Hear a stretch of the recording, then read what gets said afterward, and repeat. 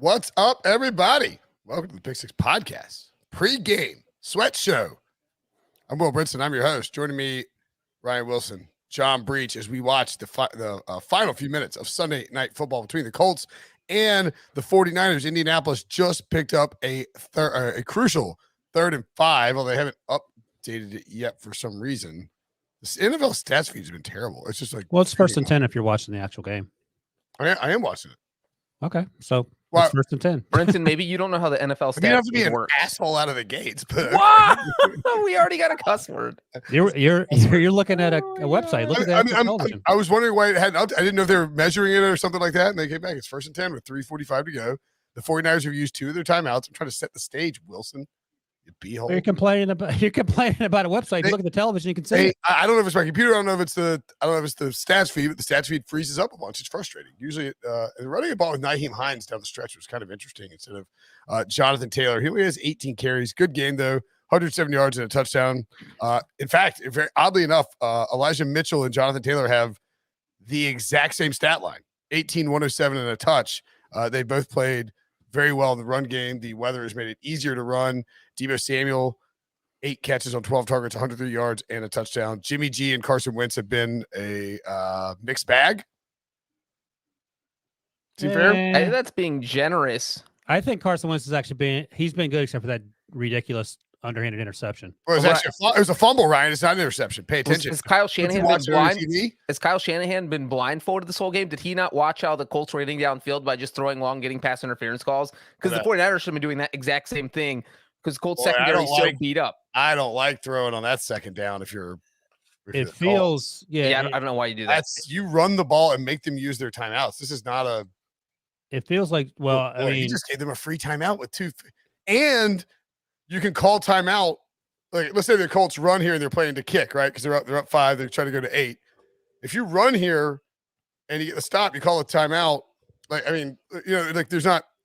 It's not going to get to the 2-minute warning. I mean, he's going to get the timeout and then have, in theory, even if you got a first down, you'd still be able to stop it. Well, that's why you do what's about to happen because you're not the coach. You hate to see it. You hate to see it if you took the Colts at plus 3.5. Oh my goodness, suckers! Let's go. Over, baby, over. Look at Brinson. He was crapping all over Frank Reich, and Frank Reich just took a big dump on him. Wow, what a ballsy move to throw that to the end zone. What I was going to say when you wouldn't quit talking is that Breech just sort of pointed out that I don't think the Colts are afraid of the 49ers offense because their offense has not done anything. It looks like Jimmy G's afraid to actually throw the ball except for that one drive a few minutes ago. See what happens in this little stack I got going with I got a Devo captain. It's top 400. I got Wentz and Pittman in there. This thing could shoot up a little bit. You love to see it. Let's see how. By the way, this is some insight into Brinson. He's as angry as he wants to be. Ooh, this could get spicy. He's as angry as he wants to be until things go his way. And then he throws all caution to the wind. Like he's not even paying attention. It's so funny. He's looking at his line and probably won 20,000. I mean, that was it was a crazy call, but Frank Reich does that. I mean, he makes crazy 3rd and 10. That's why I was okay with him throwing it on 2nd down because that's all they've been doing. You guys just talked about throwing the jump balls. There's another jump ball where the defender didn't PI, and that was the result because Michael Pittman's 6'5". What a great catch in the rain. Like that rain is just absolutely bonkers. Well, he probably Michael Pittman just caught a touchdown pass in a bomb cyclone. How many people can say that? Yeah, I've never heard the term bomb cyclone. Samuel can say that. Hold on a second. I'd never heard the term bomb cyclone until today. Is that something? Have you heard of that living on the West Coast, Breech? Sounds like something that got invented today, to be honest. No, it's happened before in a football game. Pay attention. Name the last game it happened, Brinson? Yeah. We'll Google it and tell you. We wrote about it. No, he didn't. There's no way he wrote about it. If anyone wrote about it, it was Breech because Breech is the weather guy. I felt like on Sunday mornings back in the day. Yeah. When's the last one, Brinson? Maybe 5 seconds. 4, 3, 2, 1. Nope. See? Time's up. I mean, I can't Google it in 30 Another Sunday loss for Brinson. If you're the 49ers, tackle this guy. There you go. You only have one timeout, so you have to score. Listen, what happened to you today? Why are you in such a bad mood? I'm not. I came on here. You called me an a-hole because I told you to watch the television game instead of watching your computer screen, which seems like a weird thing to watch if you're covering football. And then you just sort of lost it. Oh my goodness. I'm fine. Breech, by the way, changed my background to support your sorry butt team. That's now 5-2. The background of the podcast? No, just the red. The red is yeah. Bengals red for your team to put a warp in on the old Ravens. Look at Brinson, look at my grandmother putting something up. Bill Belichick would not accept bomb cyclone as excuse in your face. Brinson. What a big jam. Wallace took it in his hands and said, up and away. Dipsy-doo, Dunkaroo. Brinson just spent 4 straight minutes photoshopping that just so he could turn around and show to us that I remember writing about it back in 2018, I think. That was 2018. You wrote it in 2018? It was January 2018. Where was that game played? It was a playoff game. Where? Where? I'm not Googling anymore. You wrote the story. Read it. I can't find my story. Golly. Who, is that the Worcester guy that keeps catching the ball? The who? The Worcester? Warner? Warner's the tight end. I don't know. Yeah. All right, let's see real quick. Out of us 3, who picked the Colts straight up to win? I picked him. My picks were terrible again. I picked him at plus 3.5, so I needed this one. I don't know what I do straight up, Breech. You picked the 49ers. Dang it! That's my little. Yeah, the Colts getting the spread. Yeah. Man, 18 points are pretty weak output. I know that the weather's a problem, but Kyle Shanahan's game plan throughout this entire performance felt very like kind of like riding in the car, like on the highway with your wife, where she's like pressing the gas. And oh my god! By the way, remind me to bring up. I have a poll question for Debo about that. Remind me that during the look at the stat. Ooh, if you're fading Brinson, you're basically a millionaire at this point. Yeah, you tweeted that already, Brinson.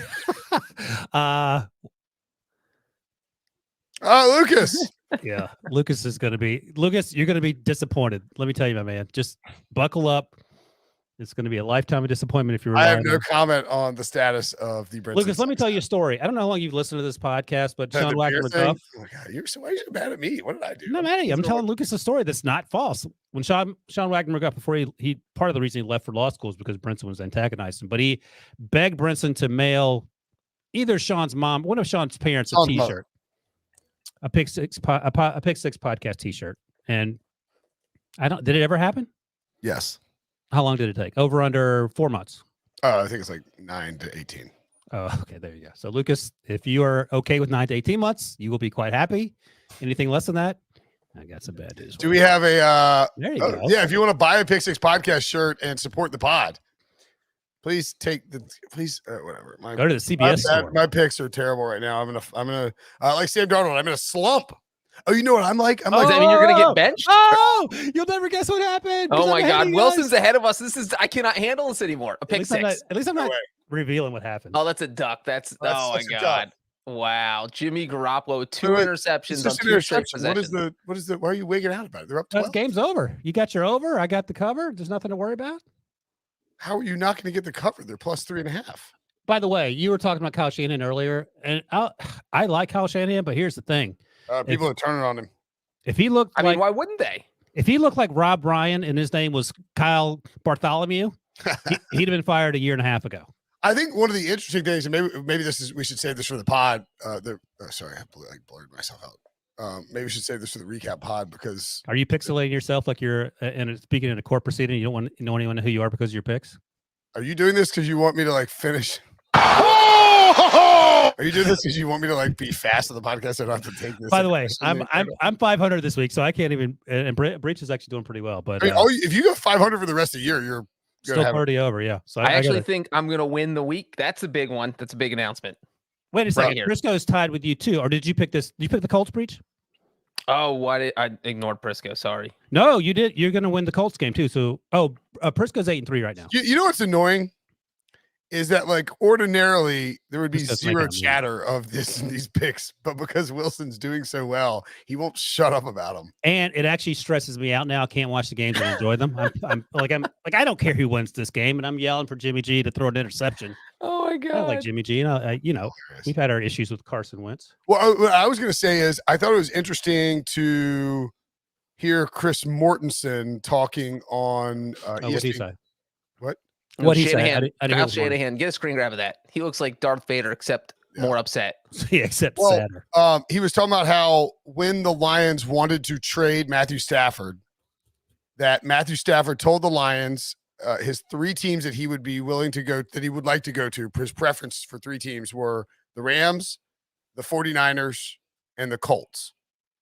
And the 49ers inquired about it. This is before Trey Lance had been, before they traded up to get Trey Lance. And the 49ers could have taken the capital that they used to go get Trey Lance, probably knock off one of the picks, use here's 2 first-round picks and Jimmy Garoppolo, or 3 first-round picks and Jimmy Garoppolo, and go get Matthew Stafford. And if you took this team and put Matthew Stafford on it, I think, and then I don't know if you put golf where you leave golf or whatever you do, but I feel like there's a very good chance that the 49ers would be substantially better than they currently are right now. And let me add to that. Not only could the 49ers have offered the same thing they gave, same compensation they gave to move up and get Trey Lance.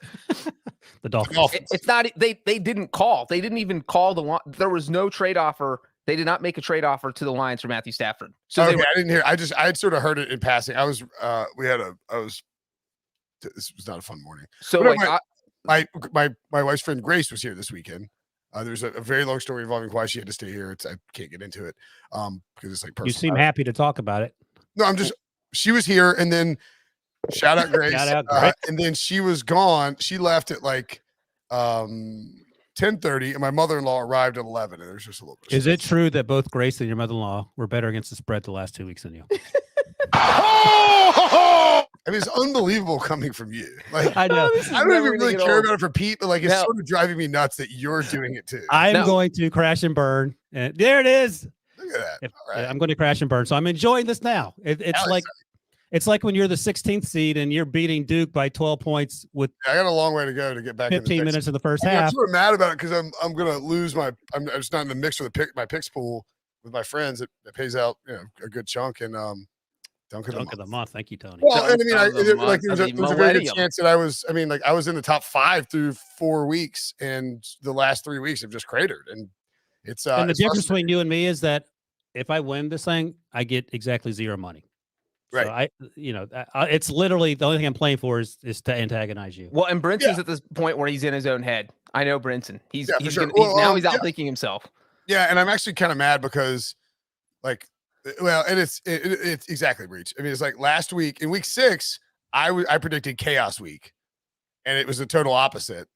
And then in week 7, I should have just stuck with my guns, and instead I was like, oh no, wait, all these elite teams are going to take off and beat the crap out of the bad teams. I think I had like Houston somehow because it was too big, and I meant to switch it, but forgot to email somebody. I definitely had the Rams; they didn't cover. I had the Chiefs and the Ravens; they get blown. Anyway, we'll figure it out. It's not a good stretch. 49ers need a blocked punt, touchdown. I usually run kick, touchdown. It's 19 seconds. They're up 12. It's over. It's possible. Blocked punt, touchdown, onside kick, touchdown. That's it. Now it's not possible. They can return it. That is it. Yeah, but the return will take like 19 seconds if you return for a touchdown. Just let Joey Sly try a 66-yard field. Like, you got nothing else to play for. There's 9 seconds left. Just add some spice. That's what I would do. Oh yeah. So wait. Let me finish my point real quick. Let me finish the Matthew Stafford thing. Let's just talk about it in the context of the podcast. Let's just restart it, and we'll restart the conversation in the actual podcast. So apologies if you're listening or you're watching on YouTube. If you're watching on YouTube, by the way, hit the like button, comment something stupid about my picks or Wilson's picks or whatever you want, and we'll start the podcast now.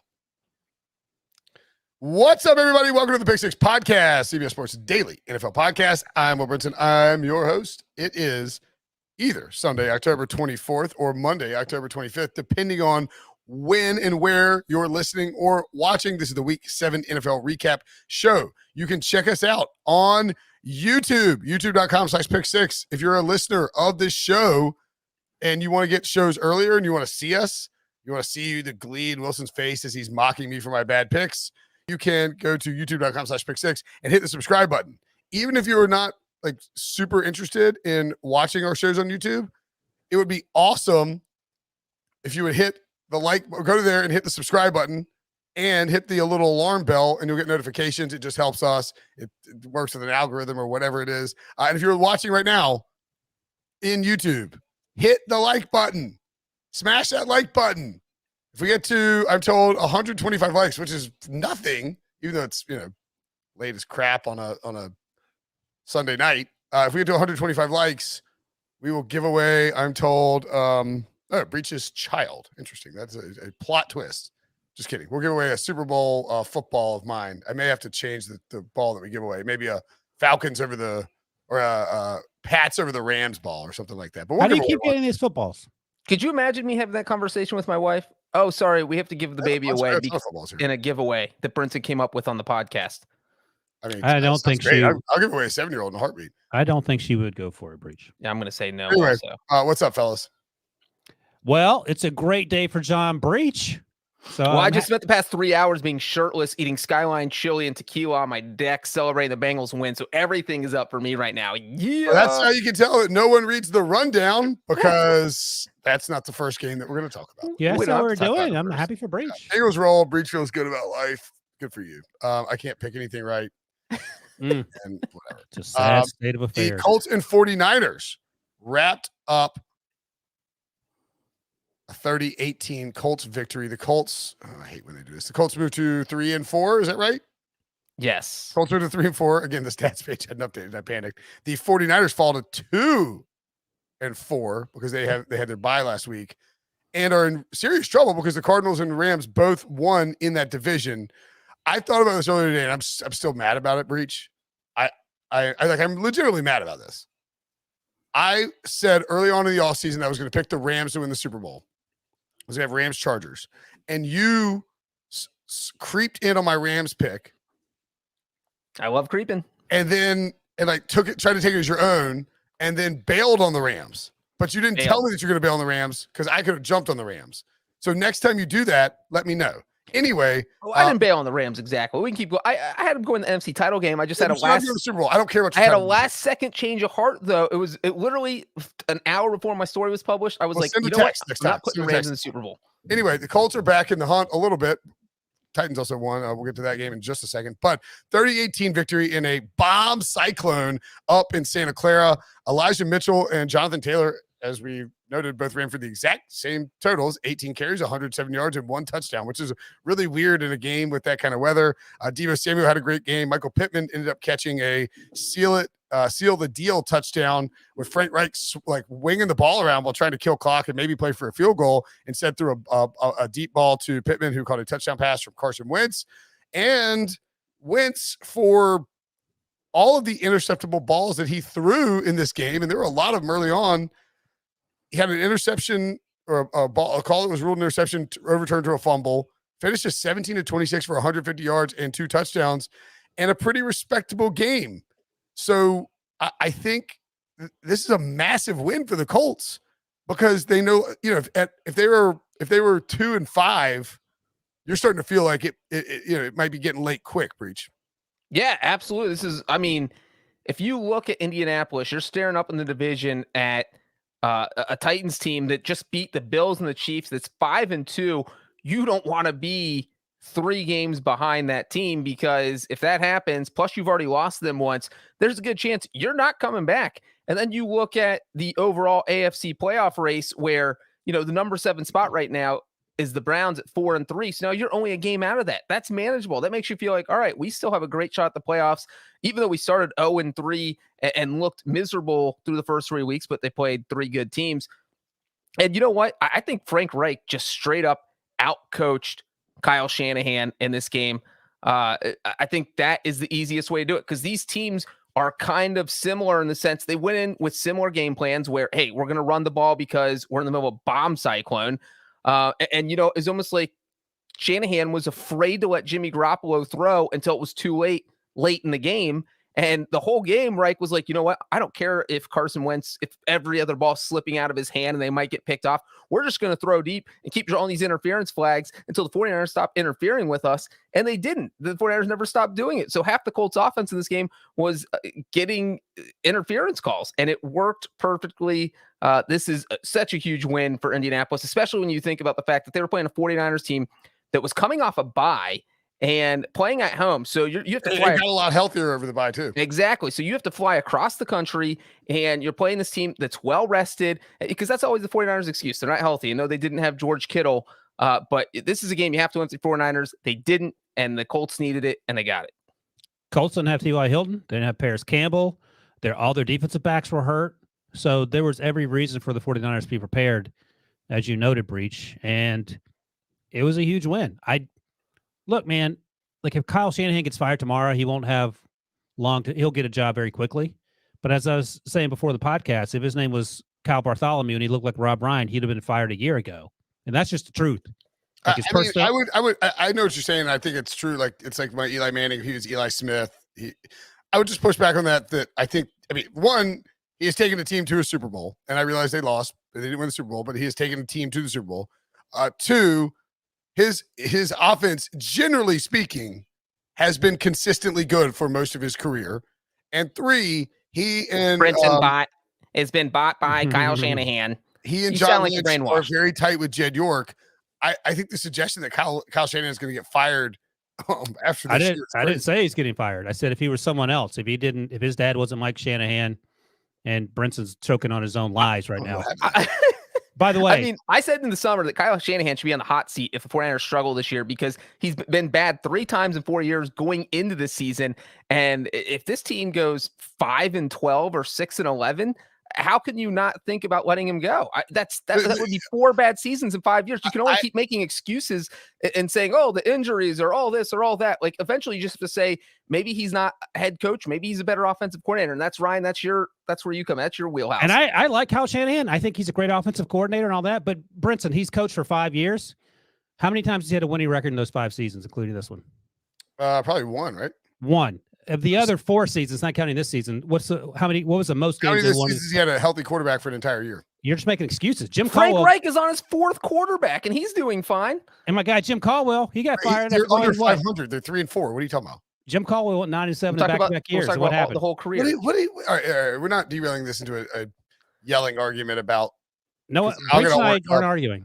Look, I would say that I understand completely what you're saying about Kyle Shanahan and why it would be reasonable for pundits, hot airbags like Breech and Wilson to claim that that Shanahan could be on the or like should be concerned about his job. And I do think that it's possible that if this trend continues, that he will be in trouble. I don't think that this season, I don't think there'll be any actual warmth on his seat because of his relationship to the owner of the 49ers. They're really close. And but Breech and I didn't say that. We said I'm just saying I don't think there'll be any warmth unless no one disagrees with that. 2022. I don't think he will get fired. But the point is, if he were anyone else, going 6-10, 4-12, having one winning season of 13-3, losing a Super Bowl, then going 6-10 and losing the way he's lost this year. I mean, you're out of excuses. As Breech notes, teams can win, coaches win when their quarterbacks get hurt. So Please, don't you dare say Belichick and Matt Castle either.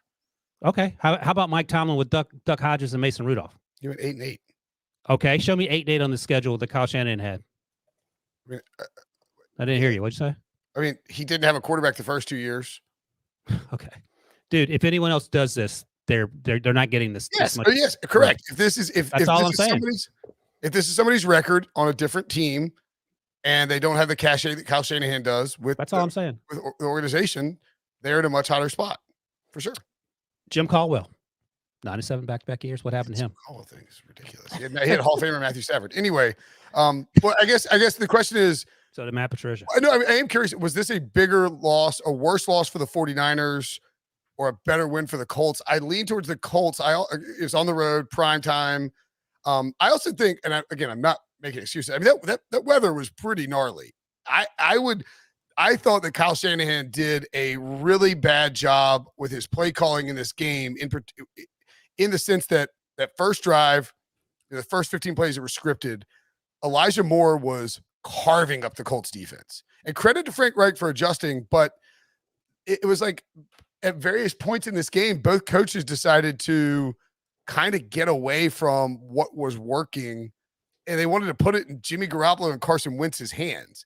And both guys, because of the weather, were fumbling snaps, were throwing balls that were easily interceptable. And it just felt like there was not I don't know, somebody should have had 20 carries in this game minimum.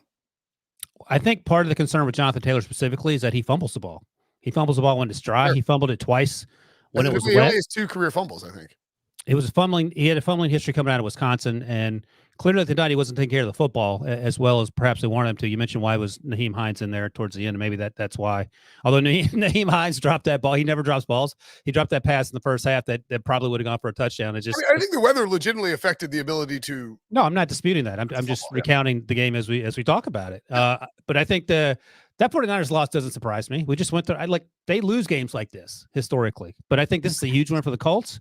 We talk about Carson Wentz, playing the whatever the snap percentage is that ensures that the Eagles get that first round pick, and he's playing well to help this team, as Breech noted. So I think the fact that the Colts, who are an indoor team, came to San Francisco and sort of had their way over the final 30 minutes maybe with the 49ers speaks well of the Colts, and it just says, yeah, this looks like the 49ers team we've seen recently. Why does Sports Reference not log fumbles for college players? I was going to look into. I was just curious to see how many fumbles he had in college. I didn't remember that being a thing, but only 2 career fumbles in the NFL. One was tonight, I think, right? Yeah, I think he had 2 tonight, and he lost 1. Right. The only good news, though, if you're the 49ers, is that the NFC is such a jumbled mess. You have the top 5 teams, which is the Cardinals, and then 4 1-loss teams. And then spots 6 and 7 might end up going to someone with a losing record. You don't know. The Vikings are the 7th spot right now, and they're 3 and 3. So the 49ers are only 1 game out of a possible playoff spot. And, it's probably definitely too early to talk about that, but it's not like their season's over because they lost this game. The 6 and 7 spot into the NFC might go to an 8 and 9 or 9 and 8 team. So I don't think week 7 is too early to talk about. There you go. Wilson found it. 18 fumbles. Wow, 15 lost in 41 college games. That's a ton. Yeah, it's not great. Yeah, San Francisco is near the bottom of the NFC. So how certain are you, Breech, that what is your win probability for the 49ers making the playoffs? Because I feel like this ship's about to sail. Well, I mean, they're going to get George Kittle back. Obviously, Jimmy Garoppolo's security blanket right there. And so when he's not on the field, that changes the complexion of their offense. And I think all right, give me a number. Oh my God, Wilson's got this with how many wins they're going to get, or what their chances are. The chance to make the playoffs. I got to see the rest of their schedule, but I would say I think they can get the 9 wins. So do I think 9 wins can get the NFC playoffs? Yes. So I do think they can get in. There you go. 9 wins would be I'll say 35%. Thank you. 9 wins would be at currently at 2 and 4. So the math on these 17 game schedule screws me up. But the currently at 2 and 4, so they would need to go what? 7 and 7 what's and left? 6? Is that right? 13 yeah, plus 6. 7 and 6. No. 7 right. 7 and 4. 7 and 4. So you'd be 9 and 8. Correct. That's possible. 7 and 4, but guys.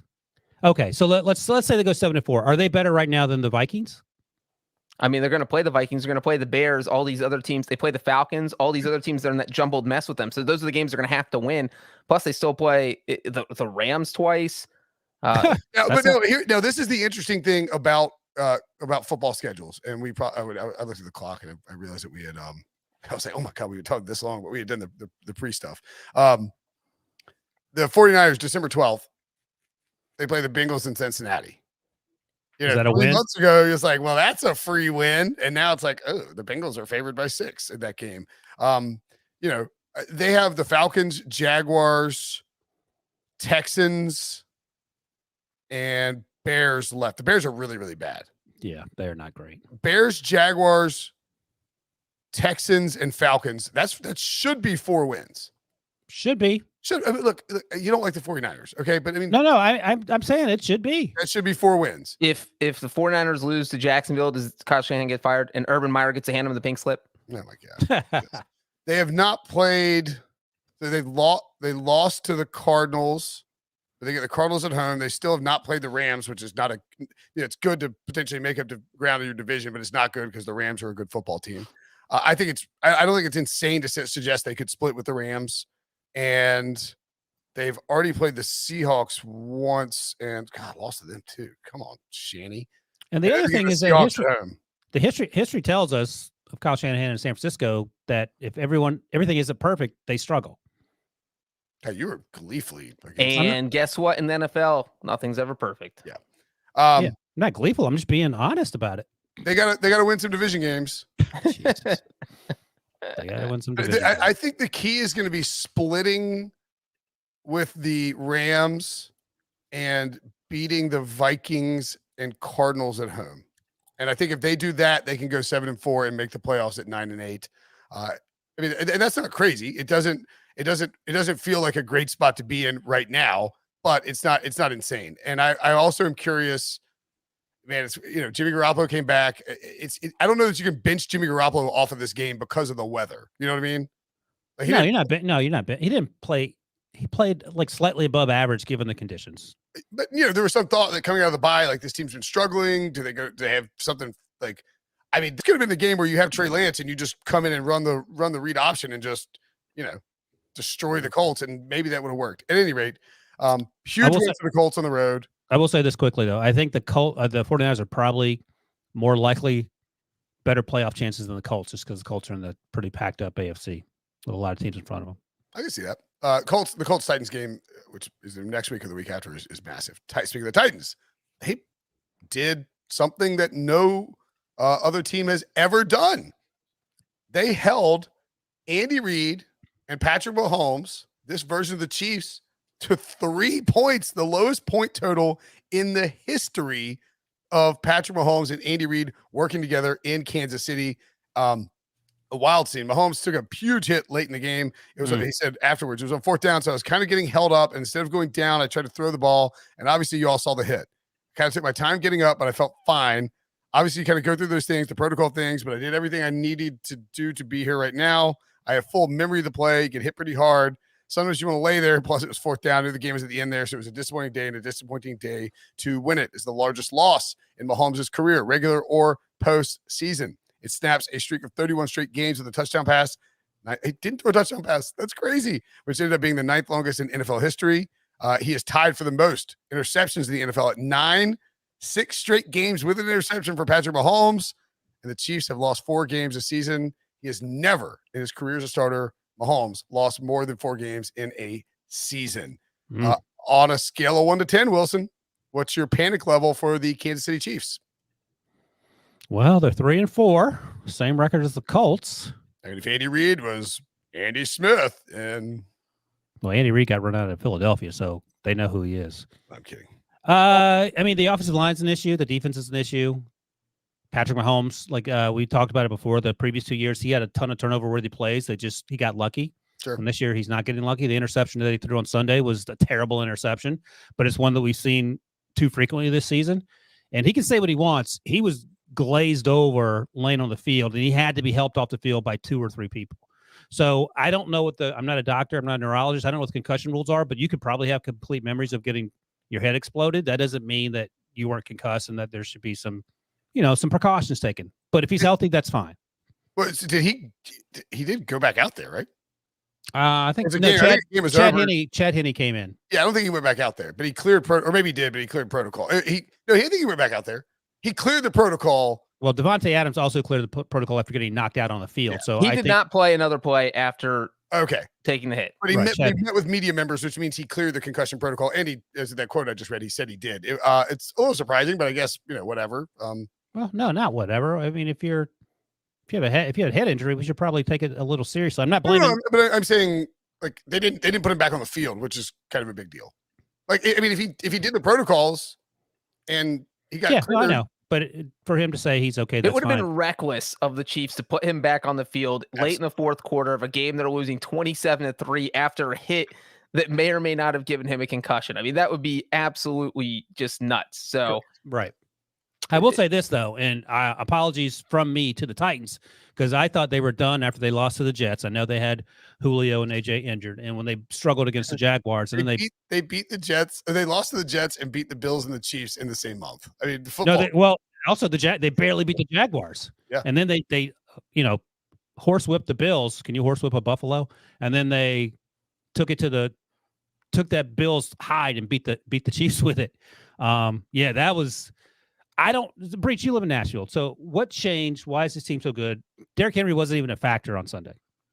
I don't think anything has changed in the sense that this team has been pretty consistent all season. Take out the week 1 loss to the Cardinals. And I know the whole Jets thing was a massacre because they lost, but they didn't have Julio Jones, A.J. Brown.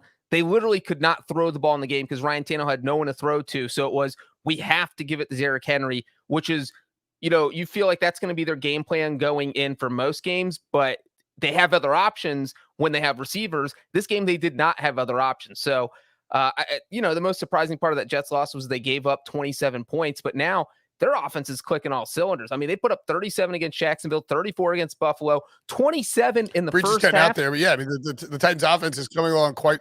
Is it cutting out for you? You cut out for me? I don't know. Oh no, I heard. Okay, never mind. Carry on. Sorry. Like, Yeah. It's Well, me. it's just they put up 27 points in the first half here, and it felt like they just coasted in the second half. They're like, the Chiefs aren't going to catch us. So, I mean, their offense is on fire right now.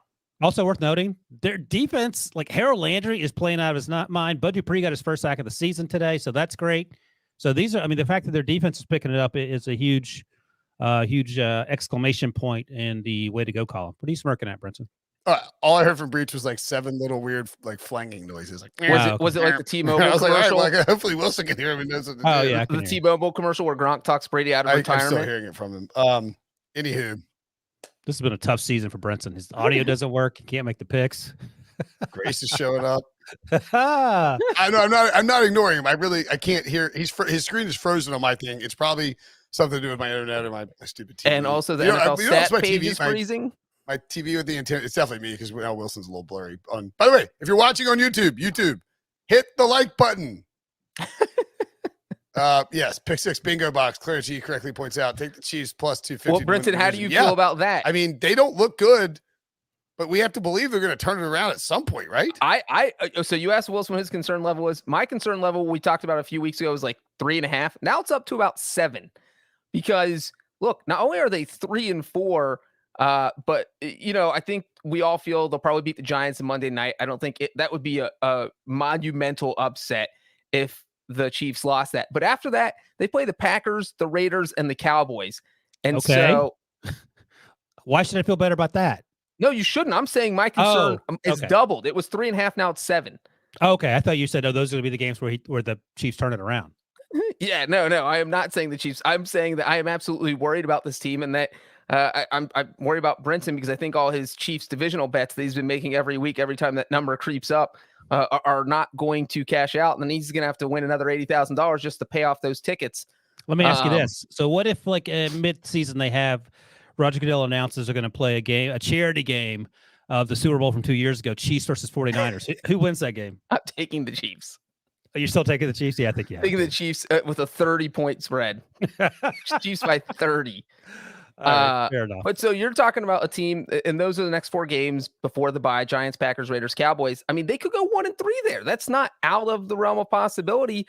And now you're 4-7. Like, this season could fall apart pretty quickly. Oh my gosh. So I'm looking at the possessions Breech, and this is just so uncaring. This feels like a Todd Haley coached Chiefs team. Here's how the game started: punt, interception, fumble. That was the first half. Meanwhile, here's what the Titans doing: touchdown, field goal, touchdown, field goal. This again, the first half, and the game was over. 27-0 halftime score. What a whooping!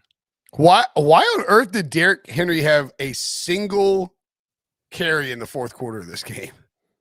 It was 27-3. This game was never really close, right? I mean, no, it wasn't.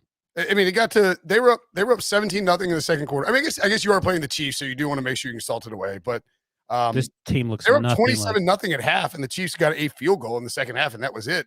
If you're Tennessee, I don't know. I mean, this is a nitpick, obviously, because they smoked the Chiefs, but giving Derrick Henry 29 carries in this game feels misguided. If I'm nitpicking the Tennessee Titans' huge win. Yeah, I'm fine with it. I mean, you can't. There's very little you can argue with. Oh, that's fine. Let's not forget that not only they give Derrick Henry 29 carries, they also let him throw a pass because he threw a touchdown. Yeah, the Tebow. Yeah, there's our Pick Six Sunday recap. Derrick Henry's been listening to the podcast where they say that only quarterbacks can win the MVP. He's like, all right, coach, well, make me a quarterback now. People are chatting about this. Is the exact same time last year that people were talking about, or 2 years ago, Christian McCaffrey for MVP. Like, it's just don't bet on that, please. If you By the got way- suggestions for the Pick Six Sunday recap bingo Derrick Henry had card- more touchdown passes than Patrick Mahomes, Brinson. Yeah, I know you read on my Sunday. Twitter feed. I know you read my Twitter feed, Breech. Don't worry about it. What? If you've got a suggestion, we have somebody. Debo, put it in the username if you got it. But somebody. Stephen Brown the third. Thank you. Somebody created a Pick Six Sunday. Steven created a Pick Six Sunday recap bingo Awesome. card. It's great. We should expand on this. We'll create a real one. We'll actually play the game, and we'll see how it works out on these Sundays. By the way, Stephen, on the next version, please put a disclaimer at the bottom. This is not a drinking game. You will die. Do not play this as a drinking game. This is a straight up old school bingo. dog doo doo. You can say it. Excuses. Oh, tattoo excuses. And also hit the like button if you're watching on YouTube right now. If we get over, I think Debo said 125 or something, which we'll take for a Sunday night, I will give away a Super Bowl football, and I'll sign it or something like that. Yep, unnecessary Carr family hate. That's probably good. Derek Carr's playing really well right now. Tough season for your boy here. Very tough. You hate to see it. So I didn't. Obviously, my internet kind of crapped out. For people listening, I had to jump off for a few minutes while you guys talked about the Chiefs. Do you think we have it covered? Can we move on? Yeah. Okay. Let's move on to an AFC North matchup of some interest in this podcast. The Steelers won their bye week. Yay! I'll take it. Just kidding. Maybe the biggest win for Breech, non-tattoo Ryan Finley game in the history of this podcast. The Bengals. Is that true? Since I've been on the podcast. Easy. Well, yeah. Well, it definitely wasn't a playoff game. Down hard. Get your dunks in now. The Bengals destroyed the Ravens. I mean, destroyed them. 41-17. I had the Chiefs and the Titans as Chiefs and the Ravens as best bets. Just stupid stuff. Yeah. And the Bengals are currently the number 1 seed in the AFC. Number 1 seed. I literally should leave my chair here now for the next 10 minutes. Number 1. But Breech, let me ask you this, because I want to hear you talk about the game, because it was an absolute whooping. But it hasn't been that long. What, 5 years ago? When's the last time they won the division? 2015? Yeah. Andy Dalton broke his thumb in the end of the season. That's kind of, that's 6 years. That's the length of my son's life. So I don't know, it feels kind of long. I watched Andy Dalton lose to Phillip Rivers in the playoffs while holding my newborn son, as I'd like to mention. Couple of notes on this game really quickly. The last time the Bengals finished the season as the number 1 seed in the AFC was 1988. No, they went to the Super Bowl. Your dad was on that team, right? Had to be. He was on that team. Yes. The 24-point win is the Bengals' largest ever win in the franchise history over the Ravens. Joe Burrow is one of 5 quarterbacks to throw for 400 passing yards and 3 passing touchdowns against the Ravens all time. These 5 quarterbacks are Joe Burrow in 2021, Tom Brady in 2016, Eli Manning in 2016, Drew Brees in 2014, and Peyton Manning in 2013. That is 4 other will-be Hall of Famers at some point once they retire. All Super Bowl winners. And all Super Bowl winners. And you buried the lead there. He is the only one who did it in Baltimore. That is correct. The most passing touchdowns through 7 games in Bengals history, Joe Burrow has tied your boy Boomer from 1988 again with his 17 passing touchdowns in 2021 and the most receiving yards. Fun fact there. Boomer Esiason won MVP in 1988. I don't think MVP was around, but okay. MVP. I'm just kidding. MVP. The most receiving yards in the first 7 career games in NFL history for a rookie wide receiver. Jamar Chase is 133 yards above Anquan Bolden at number 2. He has 754.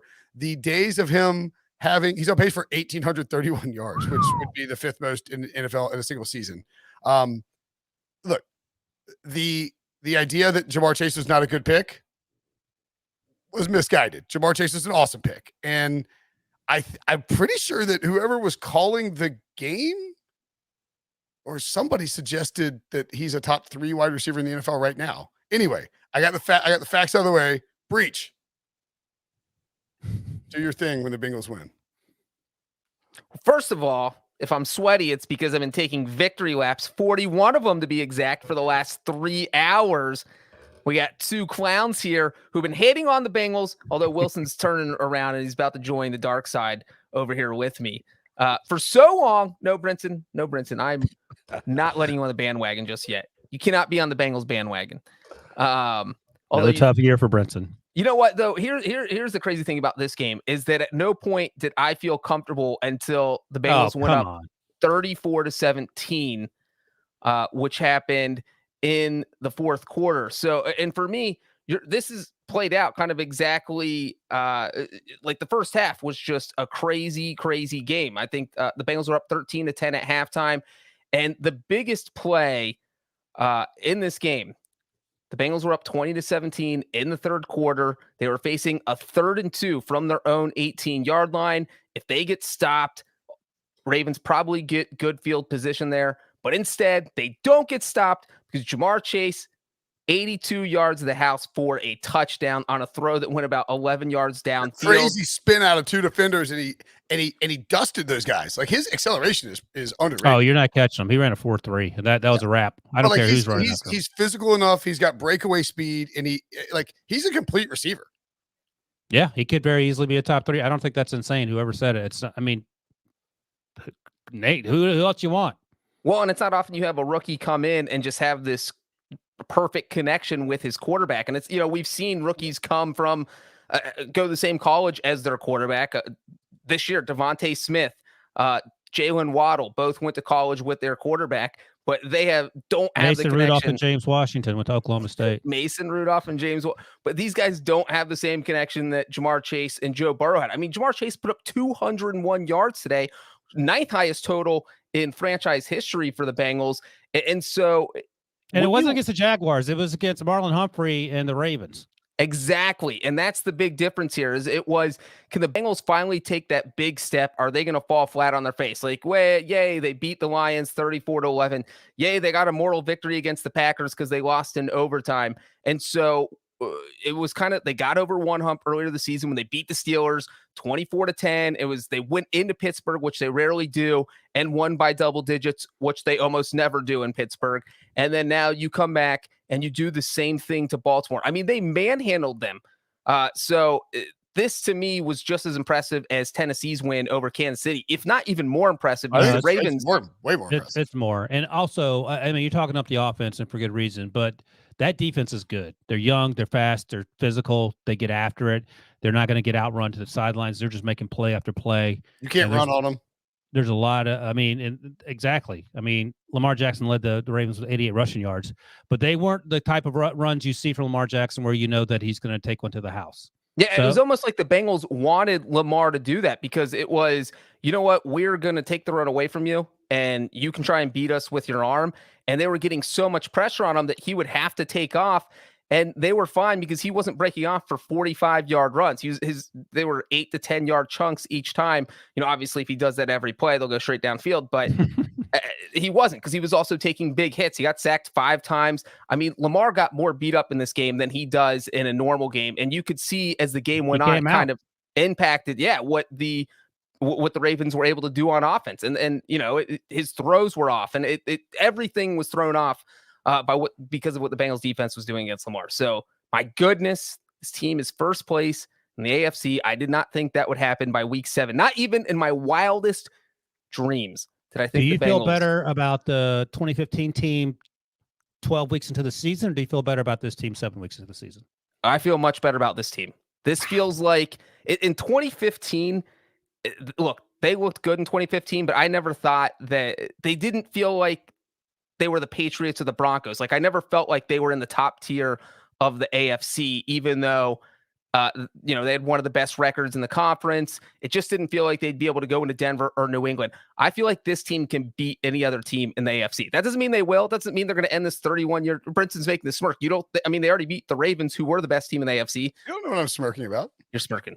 I'm smirking because I'm imagining this scenario where they lose in the first round of the playoffs to Jacksonville. No, where you just cast aside your longtime a guy, Andy Dalton, and you just throw him. Oh, I was thinking about that too. Yeah, you threw him overboard. Like you're just we're like, hey, Breech. Actually, Andy Dalton's going to be doing a charity autograph thing in Nashville. Do you want to go? And you're like, nah, I'm watching Joe Burrow, please. You throw him out of a I've plane. had 2 years to get over Andy Dalton, guys. If you can't get over a breakup in 2 years, you have problems. I had to talk to a therapist. I went through a lot. I'm over it. Don't bring his name back up. By the way, that 2015 Bengals team 12-4, and I agree with you because the Broncos won the Super Bowl that year. They were 12-4, had an incredible defense. The Steelers were 10-6 and good that year. The Pats 12-4. Tom Brady. It didn't. I don't know. The fact that Tom Brady, the fact that the Chiefs are struggling, and again, long season, lot to go. But the fact that the Chiefs are struggling, and Tom Brady's in the NFC, the AFC. I mean, if it just changes your mindset as an AFC team, you feel like why not us if you're the Bengals? Somebody pointed out in the YouTube chat comments, again, hit the like button on YouTube. Get to 125. We'll give Sean something McVay coaching tree on fire this year. No, not that. Somebody said that you could McVay is Burrow is a generational talent, and I agree wholeheartedly. I think Joe Burrow is one of those guys you look and watch him, and this is why he's the number one pick. He's got it. Like I know he missed a lot of last season, and we're only 7 weeks in to this year, so we have minimal games for Joe Burrow. But I feel comfortable, and I'd be curious your thoughts too, Ryan. But I feel comfortable thinking Joe Burrow is a franchise quarterback. I said it in 2020 before the draft. I would take Joe Burrow over Trevor Lawrence, and Prisco would take Trevor Lawrence. I think Brady at the time said they would take Trevor Lawrence. I'm not sure where they are now, and I feel fine with that. I mean, yeah, he came out of nowhere. He transferred to Ohio State. Yeah, he's not the most athletic guy. But I think above the neck, he's as good as anyone. He has guts. He's gritty. He's what do you say about underrated white quarterback athletes? What do you call them? Sneaky athletic. Sneaky athletic. He's sneaky athletic. He doesn't have a great arm, but who cares? He can make the throws you need him to make. And Jamar Chase and T. Higgins. T. Higgins had a good game as well. Tyler Boyd, Uzamo. How do you say his name, Breech? Uzama. Yeah, I mean, he's in the final year of his deal. I wonder if they're going to bring him back. I mean, that guy's playing like he's Gronkowski or Tyler Eifert in his prime. So he makes everyone around him better. I didn't have this game on, so I'll have to go back and watch it. But I'm curious, how did Jonah Williams play at left tackle relative? Because he's actually been having Jonah Williams and Jamar Chase have justified. Not Jamar Chase has done it by himself, but those two guys have justified, at least I didn't watch Williams very closely today, but those two guys have justified the move to draft Jamar Chase, because the Bengals thought process was, we don't want to draft Penei Sewell and put him at right tackle or put him at guard because Riley Reif is over there. We believe in Jonah Williams, and we think Jamar Chase is special and it has a connection with Joe Burrow. So we're going to go that direction. And right now, if you had the take that they should draft Penei Sewell, you were wrong. Yeah, absolutely. And they took Jackson Carman. Jackson Carman played some today. Yeah. I don't think I don't know if you saw. How was Jonah Williams okay? Joe Burrow was pressured a lot, I think, right? Well, I mean, the Ravens were bringing pressure, and the Bengals seemed like they were expecting it. And Joe Burrow only got sacked once, so I think it's hard to look at it in context of if he got pressured. I thought the Bengals offensive line played pretty well today, considering what the Ravens were trying to do. The fact that Burrow only got sacked once almost seemed like a miracle. They were just getting off passes so quick. It was like the Bengals were like, you guys are playing right into our game plan. That's what we thought you were going to do, and you're doing it, and now we're burning you on it. And that's really what it felt like. So the Bengals' overall offensive game plan was brilliant. And the other part of this is Burrow got sacked 5 times in week 1, 5 times in week 2. And now we get to week 7. He's only sacked once by a really good defense. Jonah Williams is getting beat like a GD drum by Justin Houston in this game. All right. That's a tweet from Jake Liskow. I'm not sure if he covers the Bengals or the Ravens, but he was not happy with Jonah's performance. I didn't see it, and Breech seems like he was okay with it. No, I was okay with the overall play with the offense line. That's what I said. Not well. I mean, again, the score was 41-17. So I wasn't, in this game, sort of, you're watching it, and then all of a sudden the Bengals. By the way, this slate as a whole, this NFL Week 7, sucked. I thought it was pretty fun. I thought it was amazing. I mean, yeah, I'm sure you did, Breech, because your team won 41-17. I just don't. I didn't think that there was. What do you have? What do you have against the Falcons Dolphins? Yeah, I mean, I had the Falcons. Had the Falcons covering. If that was the best game of the day, then no, there's a lot of. I enjoyed this week. There was what really? Yeah, I mean, I like blowouts though because I like points, and then there's some close games. There were two games. There were 3 games. No, 2 games. Not counting Thursday night. There were 2 games today, or 3 games within 10 points. Like, that's not great. Yeah, but the football team should have been closer. They kept turning the ball over in the red zone. I just didn't think there's a lot. Anyway, I didn't think this is a significantly dramatic day.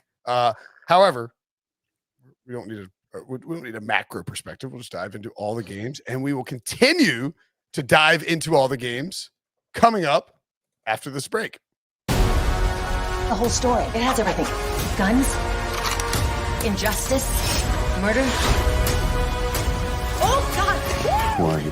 Beth Burgess. I'm a journalist.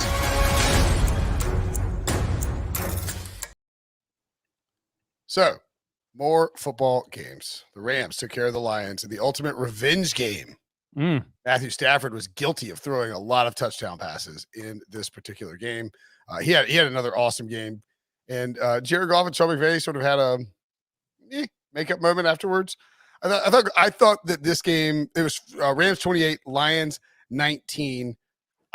Dan Campbell and Jared Goff and the special teams and the Lions, it was a kitchen sink Super Bowl game for them. They ran multiple fake punts. They went for it on some 4th downs. They had an onside kick early. Second drive. DeAndre still scored on a long run in the very next play. They onside kick. It's a 63-yard screen pass. But yeah, it scored early. And after that, they ran the onside kick. And it was very clear that they were going to do everything in their power to try and flip the field and surprise the Rams. And I mean, frankly, the Rams were just, this was like the Rams were just better and won. Like if I think if the Lions had been playing a bad team, they would have been able to pull off the upset. But Stafford finishes 28 of 41, 334 passing yards, 3 touchdowns. Cooper Kupp, 10 catches, 156 yards, and 2 touchdowns. Van Jefferson gets 1 too. He spread the ball around pretty well. The Lions just don't have weapons. DeAndre Swift, 10 targets, 8 catches. Khalif Raymond and TJ Hawkinson, the other targeted guys.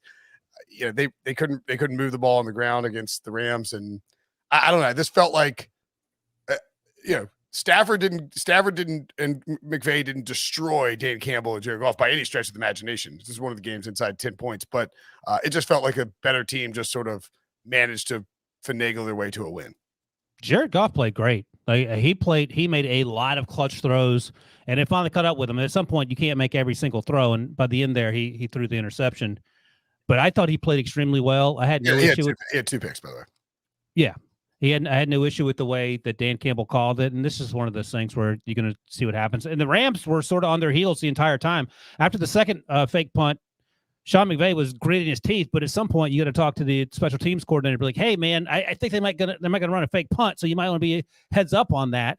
And both fake punts, Breech, I'd be interested in what you think, were the easiest converted fake punts ever. The first one was a pass; it was a good throw. The guy was wide ass open. The second one, the up back just took it around the left side and could still be running, as far as I know. The onside kick was they pulled that off flawlessly. I thought the Rams played okay. They didn't blow my hair back in terms of the way they played. The Cardinals certainly played better in their game for that division, but it was just a matter of attrition, as you noted, Breech, Brinson. And that said, I give the Lions a ton of credit. They played a really, really good football game. Given they're the most impressive 0-7 team I've ever seen. Easily better than the 0-7 Lions from 2008. Yeah, 0-7 Browns from 20. You know what's funny, though, is that if you're the Rams, you are the kings of fake punts. The Johnny Hecker fake punt, that's the one that everyone always happens. You have to be prepared for. So the fact that the Rams were not ready for the Lions to throw the kitchen sink at them is kind of embarrassing. Mm-hmm. And then also to get burnt on, you guys mentioned 2 fake punts. I mean, that's improbable. You don't get burnt on 2 fake punts in one game. I mean, that's so embarrassing that, especially when it's very obvious that they are going to do everything they can to try and win this game. And if you do get burnt on a fake punt, you don't let a punter throw a 17-yard pass. There is no reason ever that a punter should complete a 17-yard pass in a game. I mean, it was just absolutely nuts how just ill-prepared the Rams special teams looked. It was almost like the Rams looked at Detroit's record, thought this was going to be a cakewalk, and all of a sudden they found themselves in a fist fight with someone who was only like 2 pounds lighter than them, and they just weren't ready for the first couple blows they took. But it's like they're also playing the Texans next week. So, this was McVay. This is the big revenge game for McVay and Stafford and Goff. Why is it a revenge game for Stafford and McVay? Well, Stafford's playing his old team, the Lions, that he. Yeah, but his team is 6-1, 5-1 coming into this game. The other team is. You still want to beat your old team. Yeah. I don't know.